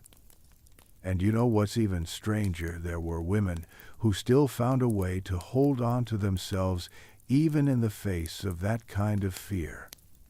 Quiet rebellions, hidden strength, small acts of defiance that no one could ever see but that mattered all the same. Anyway, back to the point. In this world, silence was safety and obedience was survival. Women learned to move carefully, to speak softly, to make themselves small.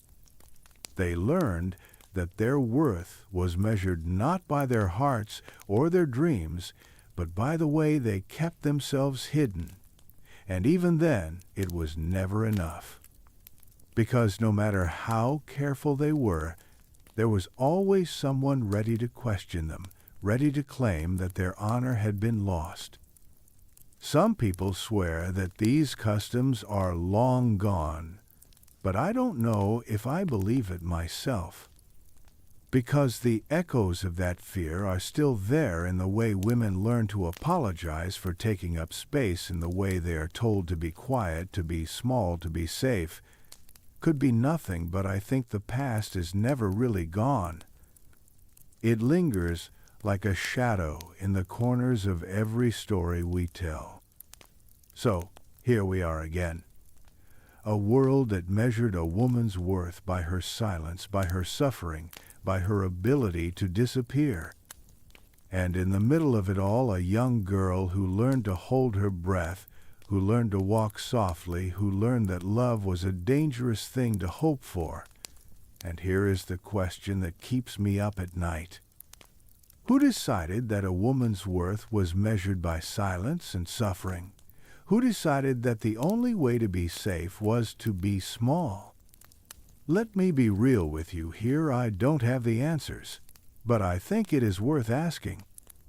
Because when you start to ask those questions, when you start to see how these customs were never really about love or family or faith, but about control, it changes everything. It makes you wonder what might have been possible if these women had been allowed to speak, to dream, to live without fear. Anyway, back to the point. In this ancient world, a woman's body was a battleground.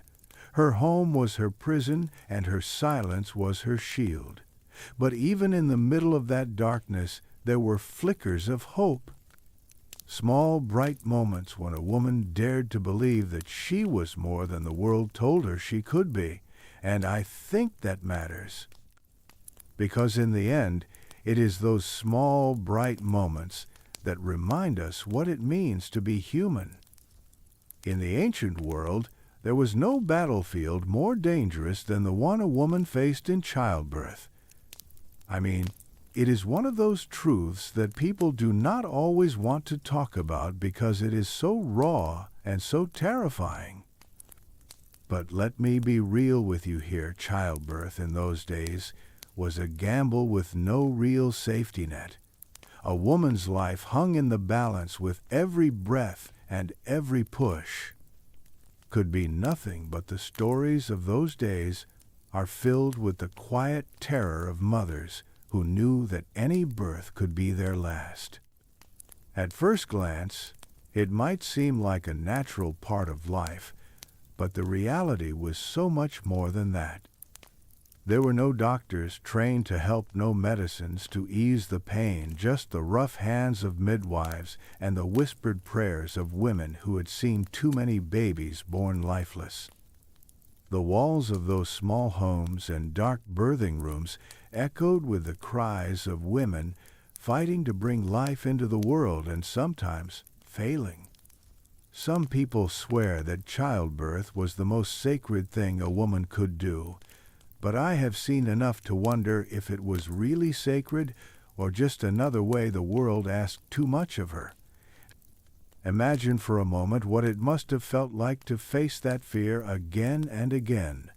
A woman would wake in the night feeling the first pains and know in her heart that she might not live to see the morning. And still she had to go on because there was no choice, no escape from the burden of giving birth. Could be nothing but the way these stories linger in the old songs, and the half-remembered tales tells me that this fear was a shadow that never really left a woman's side. You know what's even stranger in some places? The pressure to have sons was so strong that a woman's worth was measured by the cries of the baby in her arms. If it was a boy, there was joy and relief, because a son meant hope and strength and a future. But if it was a girl, well, honestly, I do not know if I believe it myself, but some say the midwives would not even bother to wrap the baby warmly because they knew the family's disappointment would be too heavy to bear. It is just odd how quickly a newborn's first breath could decide whether the mother's pain was honored or forgotten. Anyway, back to the point. The dangers of childbirth were not just about the moment of birth itself. They were about the endless pressure to produce sons, to keep trying again and again, no matter the cost to her body or her spirit. A woman might bury one baby and then another, and still be told that she must try again. Some people swear that this was just how families survived, but let me be real with you. Here it was a cruel kind of survival that left women broken and grieving with no space to mourn. I will never forget the first time I read about how many women died in childbirth, or from the infections that came after. Honestly, it gave me chills. The numbers were staggering, but behind every number was a story, a face, a voice that was silenced far too soon.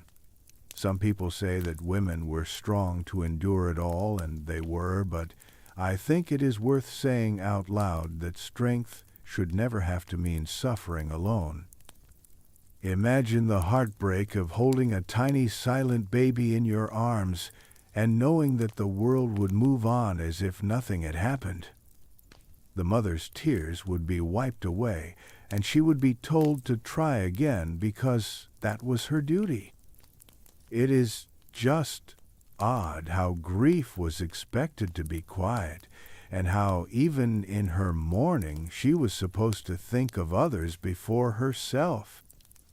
And you know what's even stranger? There were women who found ways to keep going, who found small flickers of light in the darkness, even when everything seemed lost. Anyway, back to the point. These mothers faced the terror of childbirth not once or twice, but as many times as their bodies could endure. The danger was always there in the cramped rooms, where they labored in the hands of midwives who did their best with herbs and whispered prayers, and in the cold eyes of a world that cared more about the baby than the woman who bore it. Some people swear that this was the price of life, but I have seen enough to wonder if that price was far too high. Could be nothing, but I think there was something quietly heroic in the way these women faced that terror again and again, in the way they whispered to their babies, even when their own breath was fading, in the way they held on to hope, even when the world told them they should be silent. Let me be real with you here. That kind of courage is worth remembering. So, what does it take to face that kind of fear and keep going? To know that every birth could be the end and still find the strength to hope for life. Some people swear that it was just what women did, but I do not think it was ever that simple.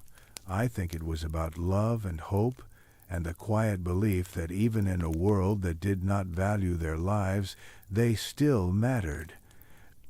Imagine the quiet strength of a mother who labored in the darkness and then in the quiet hours after held her baby close and sang a lullaby, even if no one else would ever hear it. The walls of those homes and the rough wooden cradles, they held so many stories of love and loss of hope and heartbreak. And in the end, it was the mothers who carried the heaviest weight of all. Anyway, back to the point.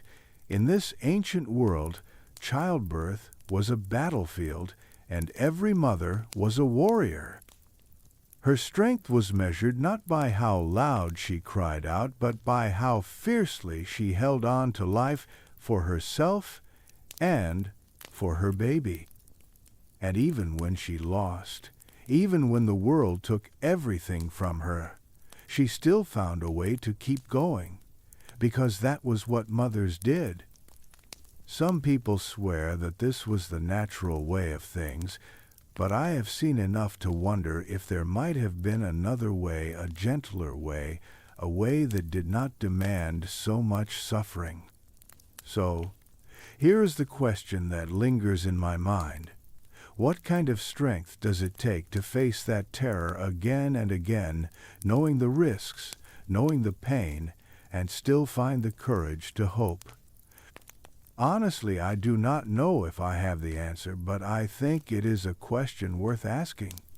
Because in the end, it is the quiet courage of those mothers that echoes through the ages, reminding us what it means to be human. In the ancient world, faith was woven into every part of life, and for women, it was both a blessing and a curse. Let me be real with you here. Religion offered comfort to some. It gave them something to hold on to in a world that was often so cold and unkind. But for many women, it was also another chain, another rule, another way to be told who they could be and what they could do. Could be nothing but the stories of those days show a pattern that is hard to ignore. Some women were revered as priestesses or oracles, their words seen as sacred, their bodies as vessels for the divine. But most women lived under the weight of rules that told them to be pure, to be quiet, to be obedient, and never question the men who claimed to speak for the gods. At first glance, it might seem like faith was a gift, a light in the darkness. And for some it was. The temples were places of beauty and wonder, the rituals a way to feel part of something greater than themselves. But when you look closer, you see how those same temples and rituals were used to keep women in their place. Some people swear that these rules were meant to protect women, but I do not know if I believe that myself. Because the truth is, the rules were written by men for men, and women were expected to bend themselves to fit. Imagine being told that your voice was too loud, that your body was too tempting, that even your thoughts could be a danger to the community. Some people might say it was all about keeping the peace, but honestly, it gave me chills to read about how many ways a woman could be blamed for simply existing. In some temples, a woman could only speak if she was behind a curtain, unseen by the men who gathered to worship. In other places, she was forbidden to enter at all, told to pray from the threshold while the men spoke for her. Anyway, back to the point. There were women who found a kind of power in these roles. Priestesses who danced and sang in the moonlight, who claimed the right to speak to the gods when no one else dared. But for every woman who found freedom and faith, there were so many others who found only chains. Could be nothing, but it seems to me that the divine feminine was both worshipped and feared, and that fear was a quiet poison that seeped into every part of life.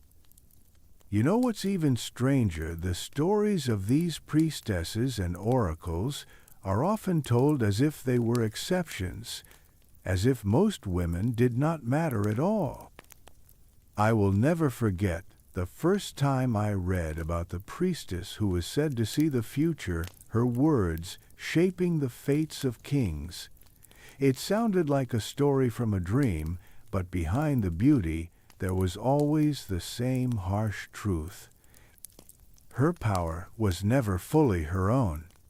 Even the most revered woman in the temple was expected to serve the needs of men, to speak the prophecies that would keep their power secure. Let me be real with you, here it is. Just odd how quickly faith can become a cage. A woman might find peace in the prayers and the sacred songs, but at the same time she would know that her place was set by others. Some people swear that these rituals were meant to honor the gods, but I think they were also a way to remind women that their lives were not fully their own. Could be nothing, but when you see the same patterns over and over again, it starts to feel like more than coincidence. Imagine the quiet sorrow of a girl who wanted to feel the warmth of faith, but found only rules that told her to be less. She would watch the men stand tall in the temple, their voices echoing in the halls, while she knelt in the shadows. And in that silence, she would learn the hard lesson that even the divine could be used to keep her small.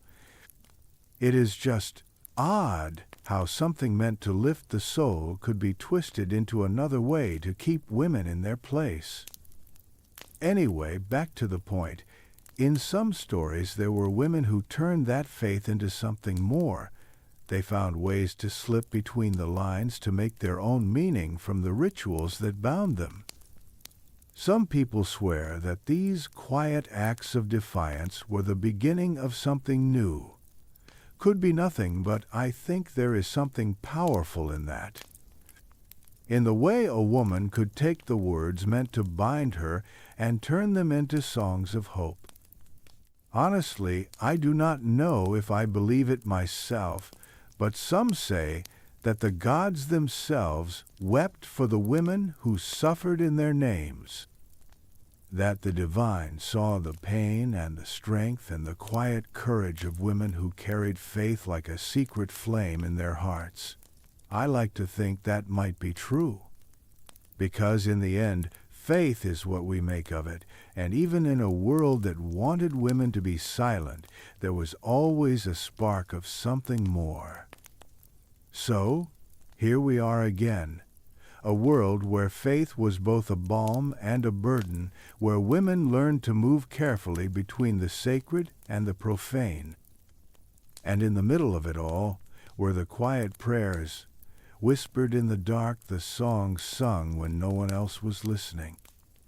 It is just odd how even in the tightest cage there can be a moment of freedom if you know where to look. Let me be real with you. Here I do not have all the answers. I do not know if faith was ever truly free, or if it was always another lock on the cage, but I think it is worth asking. Because when you see how these women carried both hope and fear in their hearts, you start to understand something deeper. You start to see that even in the harshest rules there is a thread of light that cannot be broken. Anyway, back to the point. In this ancient world, faith was supposed to be a source of comfort, a way to find meaning in the chaos. But for women, it was so often a test, a trial, a way to measure how well they could disappear behind the words of men. And yet in the quiet spaces between the prayers, there was always the question, was faith a blessing or just another lock on the cage? Behind every powerful man and every grand empire, there were women who worked and suffered in the shadows. I mean, it is one of those things people do not talk about enough because history has a way of forgetting those who were never meant to be remembered. But let me be real with you here. None of those great conquests or golden palaces could have stood without the endless labor of women whose names we will never know. Could be nothing but the stories of the ancient world are filled with the quiet work of women who cooked and cleaned and wove and healed, and no one ever thought to write their names down. At first glance, it might seem like the natural order of things. After all, someone had to keep the fires burning and the children fed while the men went off to wage wars and make laws. But the truth is, it was the women who made life possible, even when no one wanted to see it. Some people swear that this was just the way things had to be, but I do not know if I believe that myself. Because when you look closer, you see how these women carried the weight of the world on their shoulders and got none of the glory. Imagine the daily grind of a woman's life in those days. She would rise before the sun, her hands already rough from the endless tasks that waited for her. The loom would be her constant companion, the clatter of the shuttle echoing in her ears as she wove the cloth that would clothe her family. The kitchen fires would be her kingdom, a place of heat and sweat and quiet skill.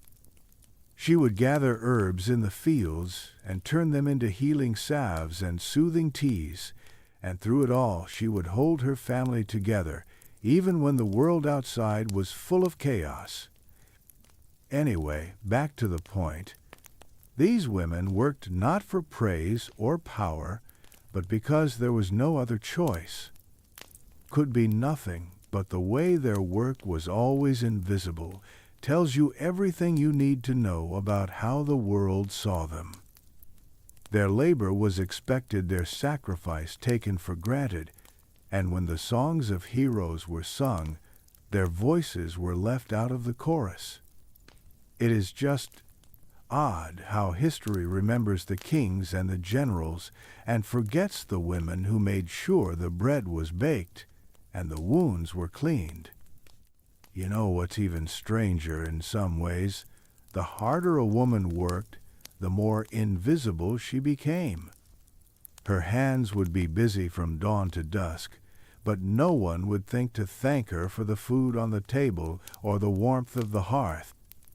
I will never forget the first time I read about the endless labor of these women, the way they built the foundations of the world with nothing more than quiet determination.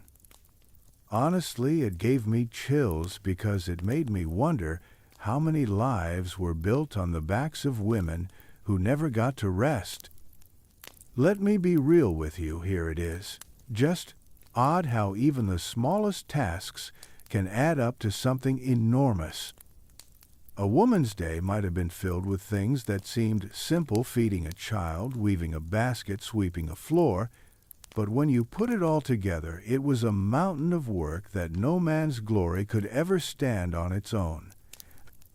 Some people swear that these women were content with their place, but I have seen enough to wonder if that was ever really true. Because even the quietest soul can feel the weight of being unseen. Imagine the frustration of giving everything you had and never hearing a word of thanks.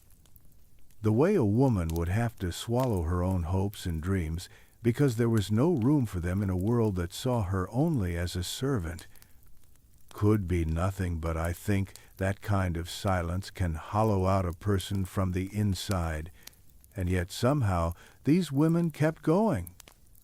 They found ways to turn their work into something close to art, to find pride in the things they made, even when no one else cared to see it. Anyway, back to the point. In every grand hall and every humble cottage, there was a woman working behind the scenes, making sure that life could go on. She would mend torn clothes and soothe fevers and sing lullabies in the dark. And in those small moments, she built a world of care and connection, even if the world never noticed. Some people swear that this was just the way things were, but I do not know if I can accept that, because I think those women deserved more than silence. Honestly, I do not know if I believe it myself, but some say that if you listen closely enough, you can still hear their voices. In the crackle of a fire, in the hush of a quiet room at night, in the warmth of a meal shared with loved ones. It is just odd how the echoes of their work still shape the world even if their names have been forgotten.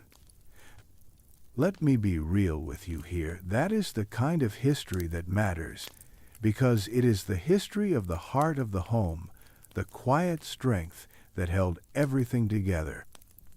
So, what would history look like if we heard these women's voices? If we told the stories of the hands that spun the thread and kneaded the bread and wiped away the tears? Some people swear it would not change much, but I think it would change everything. Because it would mean seeing the world for what it really is, a place built not just by kings and warriors, but by the patient love and labor of women who refused to give up even when the world did not see them. Imagine the world through their eyes, the quiet joys and small triumphs that no one ever thought to write down. The way a child's laughter could make all the endless work feel worth it, the way a single moment of peace could be a treasure more precious than gold.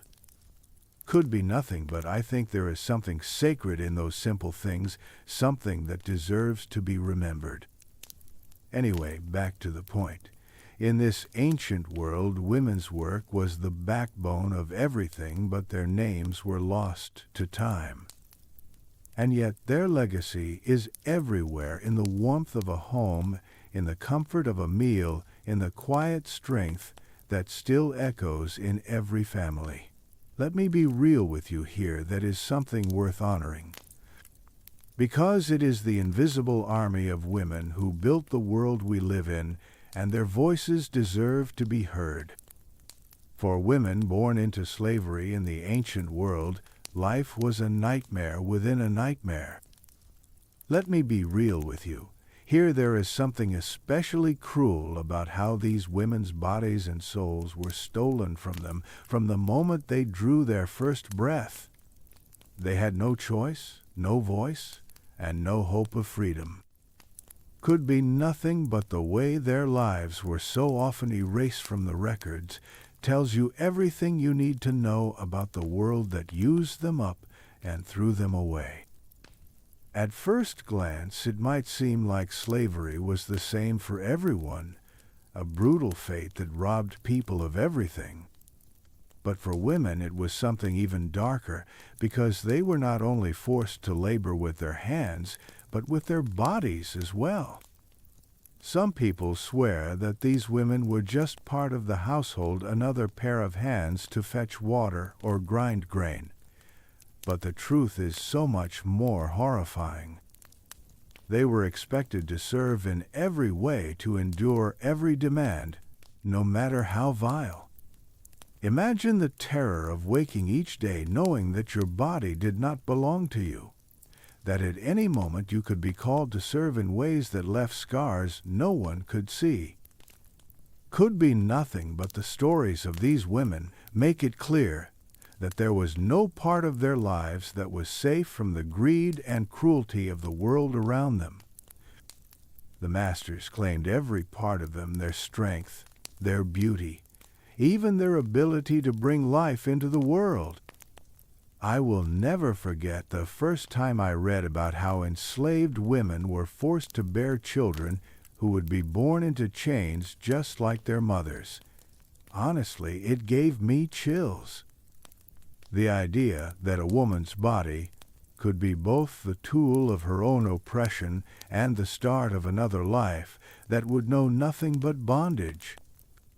It is just odd how quickly a woman's hope could be twisted into a weapon against her. Anyway, back to the point. These women were not just workers.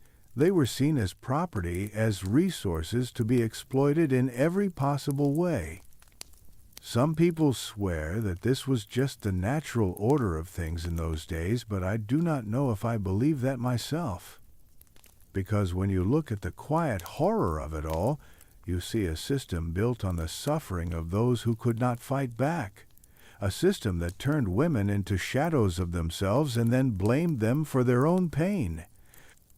Imagine the quiet despair of a woman who knew she could never protect her own children, who knew that any child she bore would belong not to her, but to the master who claimed them. Could be nothing, but I think that kind of pain would leave a mark that never truly fades. And yet somehow these women found ways to keep going, to find moments of love and laughter even in the deepest darkness. You know what's even stranger?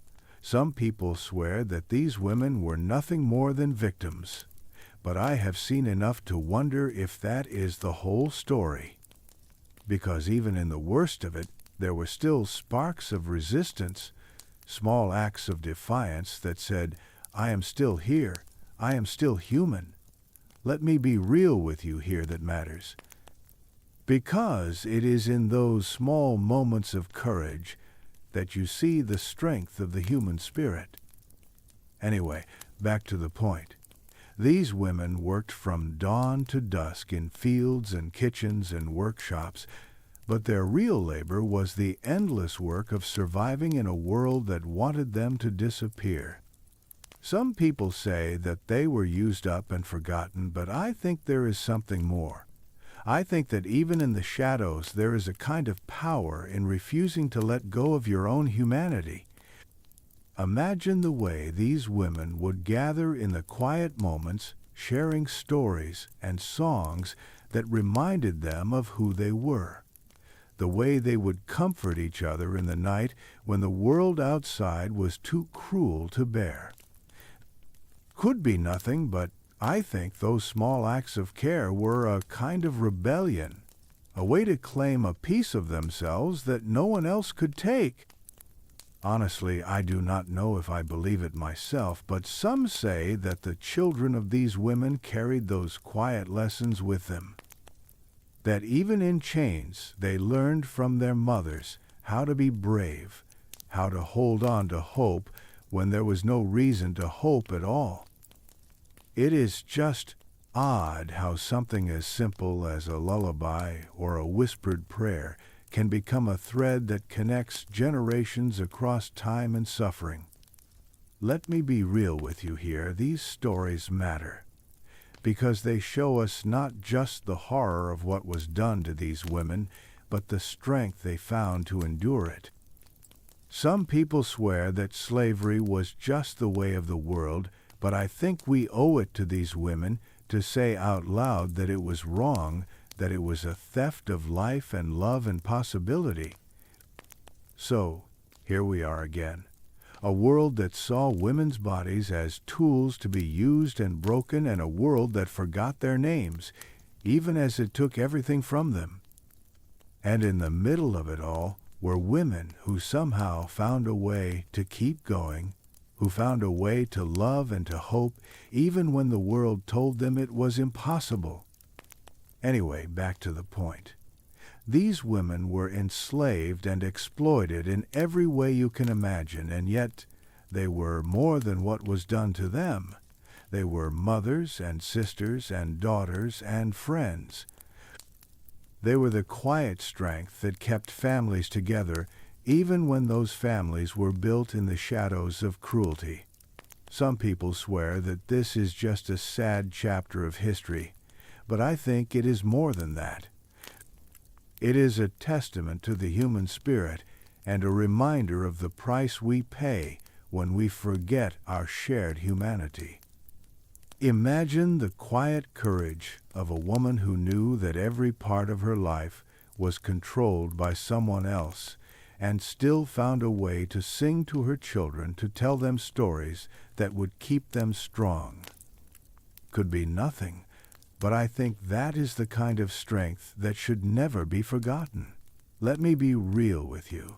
Here it is, the kind of strength that still echoes in every act of love and resistance in the face of cruelty.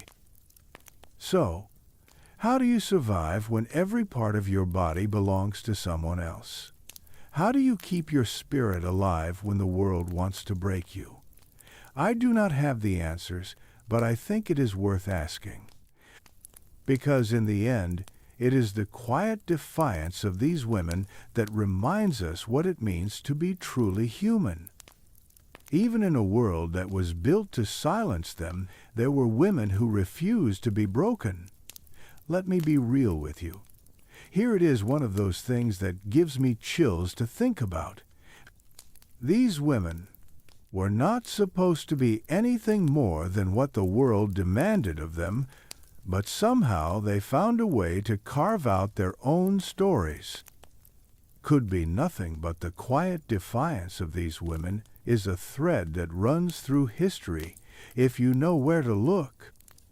At first glance, it might seem like their stories were lost, buried under the weight of centuries of silence. But honestly, if you listen carefully, you can still hear them in the old songs, in the whispers of ancient legends, in the small acts of rebellion that no one ever thought to write down. Some people swear that these were just myths, but I think there is a truth in them that is more powerful than any history book. Imagine a young woman who learned to read in secret, tracing letters in the dust with a stick because she knew that knowledge was a kind of freedom no one could take away. Or the healer who used her skills to protect her sisters even when the world called her a witch. Could be nothing but those small acts of courage speak to something deep in the human heart. You know what's even stranger? The stories of warrior queens and cunning spies and wise healers are scattered across time and place, but they all share the same heartbeat: the refusal to be silent, the quiet insistence that they were more than what the world told them they could be. I will never forget the first time I read about a woman who led her people into battle, her voice strong and sure, in a world that said women should never lead. Honestly, it gave me chills because it was like hearing an echo of every woman who had ever dreamed of something more. Anyway, back to the point. These were not just grand moments of heroism either. Sometimes the most powerful acts of resistance were the smallest ones. A mother teaching her daughter to read even when it was forbidden. A girl who learned to mix herbs in the dark, who turned healing into a kind of quiet rebellion. Could be nothing but those small acts were like seeds planted in the darkness, and they mattered more than anyone could see. Imagine the weight of living in a world that wanted you to be small and silent, and still finding the strength to speak anyway. Let me be real with you. Here it takes a special kind of courage to keep going when everyone around you says you cannot. Some people swear that these women were just lucky, but I think luck had nothing to do with it. I think it was about something stronger than luck, something that lives in the marrow of every person who has ever been told to sit down and be quiet. Honestly, I do not know if I believe it myself, but some say these women changed the world in ways that no one will ever fully understand. That every quiet act of defiance, every whispered lesson passed from mother to daughter, was like a thread weaving a tapestry of resistance. It is just odd how the world can try so hard to forget them, and yet their stories keep finding a way to be heard. Anyway, back to the point. There were women who fought with swords, and there were women who fought with songs, and there were women who fought by refusing to let their dreams die. And in the end, it is all the same fight. The fight to be seen, the fight to be heard, the fight to be more than what the world says you are. Imagine a healer's hands mixing herbs in the dark, a girl's voice raised in a song no one else could hear, a queen's banner lifted high against the night sky. Could be nothing, but I think those moments matter more than any king's decree. Let me be real with you here. That is the kind of courage that still echoes today if you know how to listen. You know what's even stranger? Some people swear that these women were just outliers, that their stories were rare and unimportant. But I think that is exactly what the world wants you to believe. Because if you see them, if you hear them, you have to ask why their voices were ever silenced in the first place. And once you start asking that question, you start to see that the whole world is built on the backs of women who were never meant to be seen at all. So, what does it mean to keep fighting when the world insists you stay silent? I do not have all the answers, but I think it starts with listening, with remembering, with saying out loud that these stories matter. Because every time we tell them, every time we honor those quiet acts of defiance, we take one more step away from the darkness that tried to keep them hidden. Anyway, back to the point. These women lived in a world that wanted them to be small, but they dreamed of something bigger.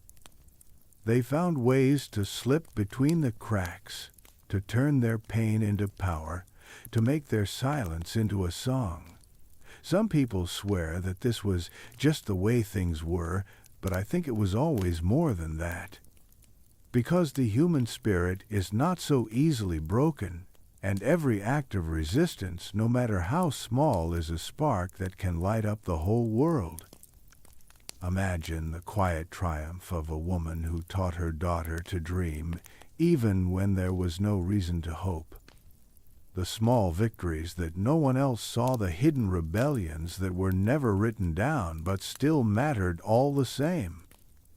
Could be nothing, but I think those small victories are what keep us alive in the face of a world that wants us to forget.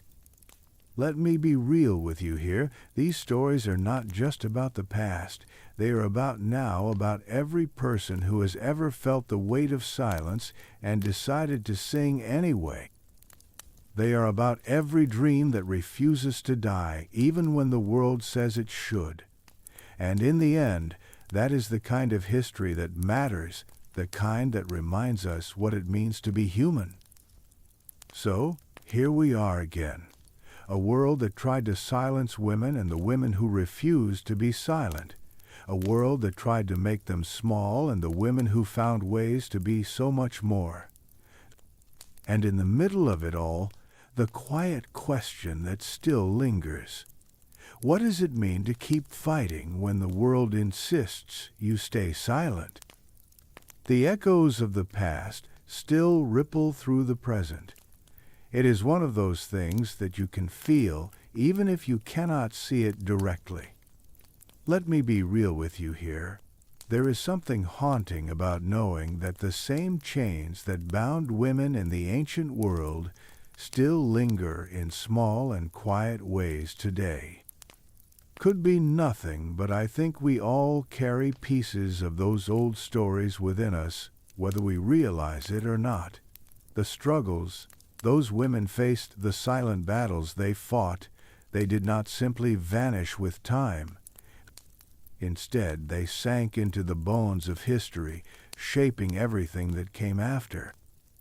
At first glance, it might seem like those days are long gone, like we have moved past the idea that a woman's worth is measured in silence and suffering. But honestly, I do not know if I believe that myself. Because the truth is, the world still asks women to be small, to be quiet, to be careful. It is just odd how the chains have changed shape, but never fully disappeared. Some people swear that progress has erased the past, but I have seen enough to wonder if that is really true. Because every time a woman is told to smile instead of speak, every time she is asked to soften her voice or shrink her dreams, that old story is still there whispering beneath the surface. Imagine a girl today walking down the street, feeling the weight of every stare, every word that tells her to stay in her place. She does not have to wear a veil or bow her head to a king, but in 1,000 small ways the world still tries to tell her who she can be. Could be nothing, but it feels like the echoes of those ancient voices still shape the air around her. And yet, there is something else there too, something that feels like hope. Anyway, back to the point. Those ancient horrors, the heartbreak of being born unwanted, the terror of childbirth, the weight of forced marriages and honor killings, they have left their mark. But so too have the quiet rebellions, the small acts of courage, the voices that refuse to be silenced. You know what's even stranger? Some people swear that history is just a circle repeating the same mistakes over and over again, but I do not think that is the whole story. Because every time a woman stands up and says no, every time she chooses to speak instead of stay silent, she breaks that circle just a little bit more. Let me be real with you here. I will never forget the first time I heard the stories of women who fought back. It was like a light in the darkness, like a quiet promise that no matter how strong the chains might be, they can always be broken. Could be nothing but those stories matter. They remind us that we are not just the sum of what has been done to us. We are also what we choose to become. Imagine the strength it takes to carry those old wounds and still find the courage to laugh, to love, to build something new. It is just odd how even in the worst of it, there was always someone who refused to give up. And that refusal, that small, bright flame of defiance, it is what keeps the world moving forward even when it feels like everything is standing still. Anyway, back to the point. The world has changed in so many ways, but the struggle is not over. Some people swear that it never will be, but I think that every act of kindness, every moment of truth, every dream that refuses to be buried is a step towards something better. Could be nothing, but I think that matters more than anything else. Because it is not enough to remember the horrors of the past. We have to learn from them. We have to honor the women who lived and died and dreamed in those dark places by refusing to let their stories end in silence. You know what's even stranger? Some people say that history is a burden, something to be carried like a weight on your back. But I think it can also be a kind of map, a way to see where we have been and where we still need to go. Let me be real with you here. The echoes of those ancient voices are not just reminders of suffering. They are also reminders of strength, of hope, of the quiet power that lives in every heart that refuses to be broken. So, what does it mean to hear those echoes and keep moving forward? I do not have all the answers, but I think it starts with listening, with remembering, with choosing to see the invisible threads that connect us all. Because when you see those threads, when you honor those stories, you start to see yourself in them too. And that is where real change begins. Imagine a world where every woman's voice is heard, where every girl's laughter is seen as a gift and not a burden. Could be nothing, but I think that is the world those ancient women dreamed of in their quiet moments of hope. And maybe, just maybe, it is the world we can still build if we remember what they taught us. That even in the darkest times, there is always a light to be found. Anyway, back to the point. This is where the story ends, but it is also where it begins. Because the past is never truly gone. It lives in the choices we make and the stories we tell, in the way we choose to honor those who came before us. Some people swear that the dead are silent, but I think their voices are still here if we choose to listen. Let me be real with you. Here I do not know if we will ever fully break free from the weight of that history. But I believe we can keep moving forward step by step, voice by voice, until the echoes of those ancient screams become a chorus of hope. Could be nothing, but I think that is the kind of ending that matters. Because it is not about erasing the past or pretending it never happened. It is about taking the lessons, the strength, the quiet defiance, and using them to build something better. So, here we are. The end of the story and the start of something new.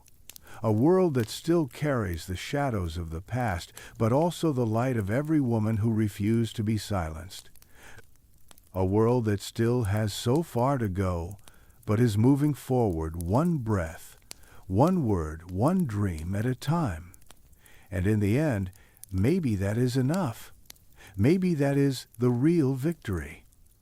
Not the absence of struggle, but the refusal to stop trying. The quiet promise that we will keep going no matter what. And in that promise, in that simple human courage, there is a kind of ending that feels like hope.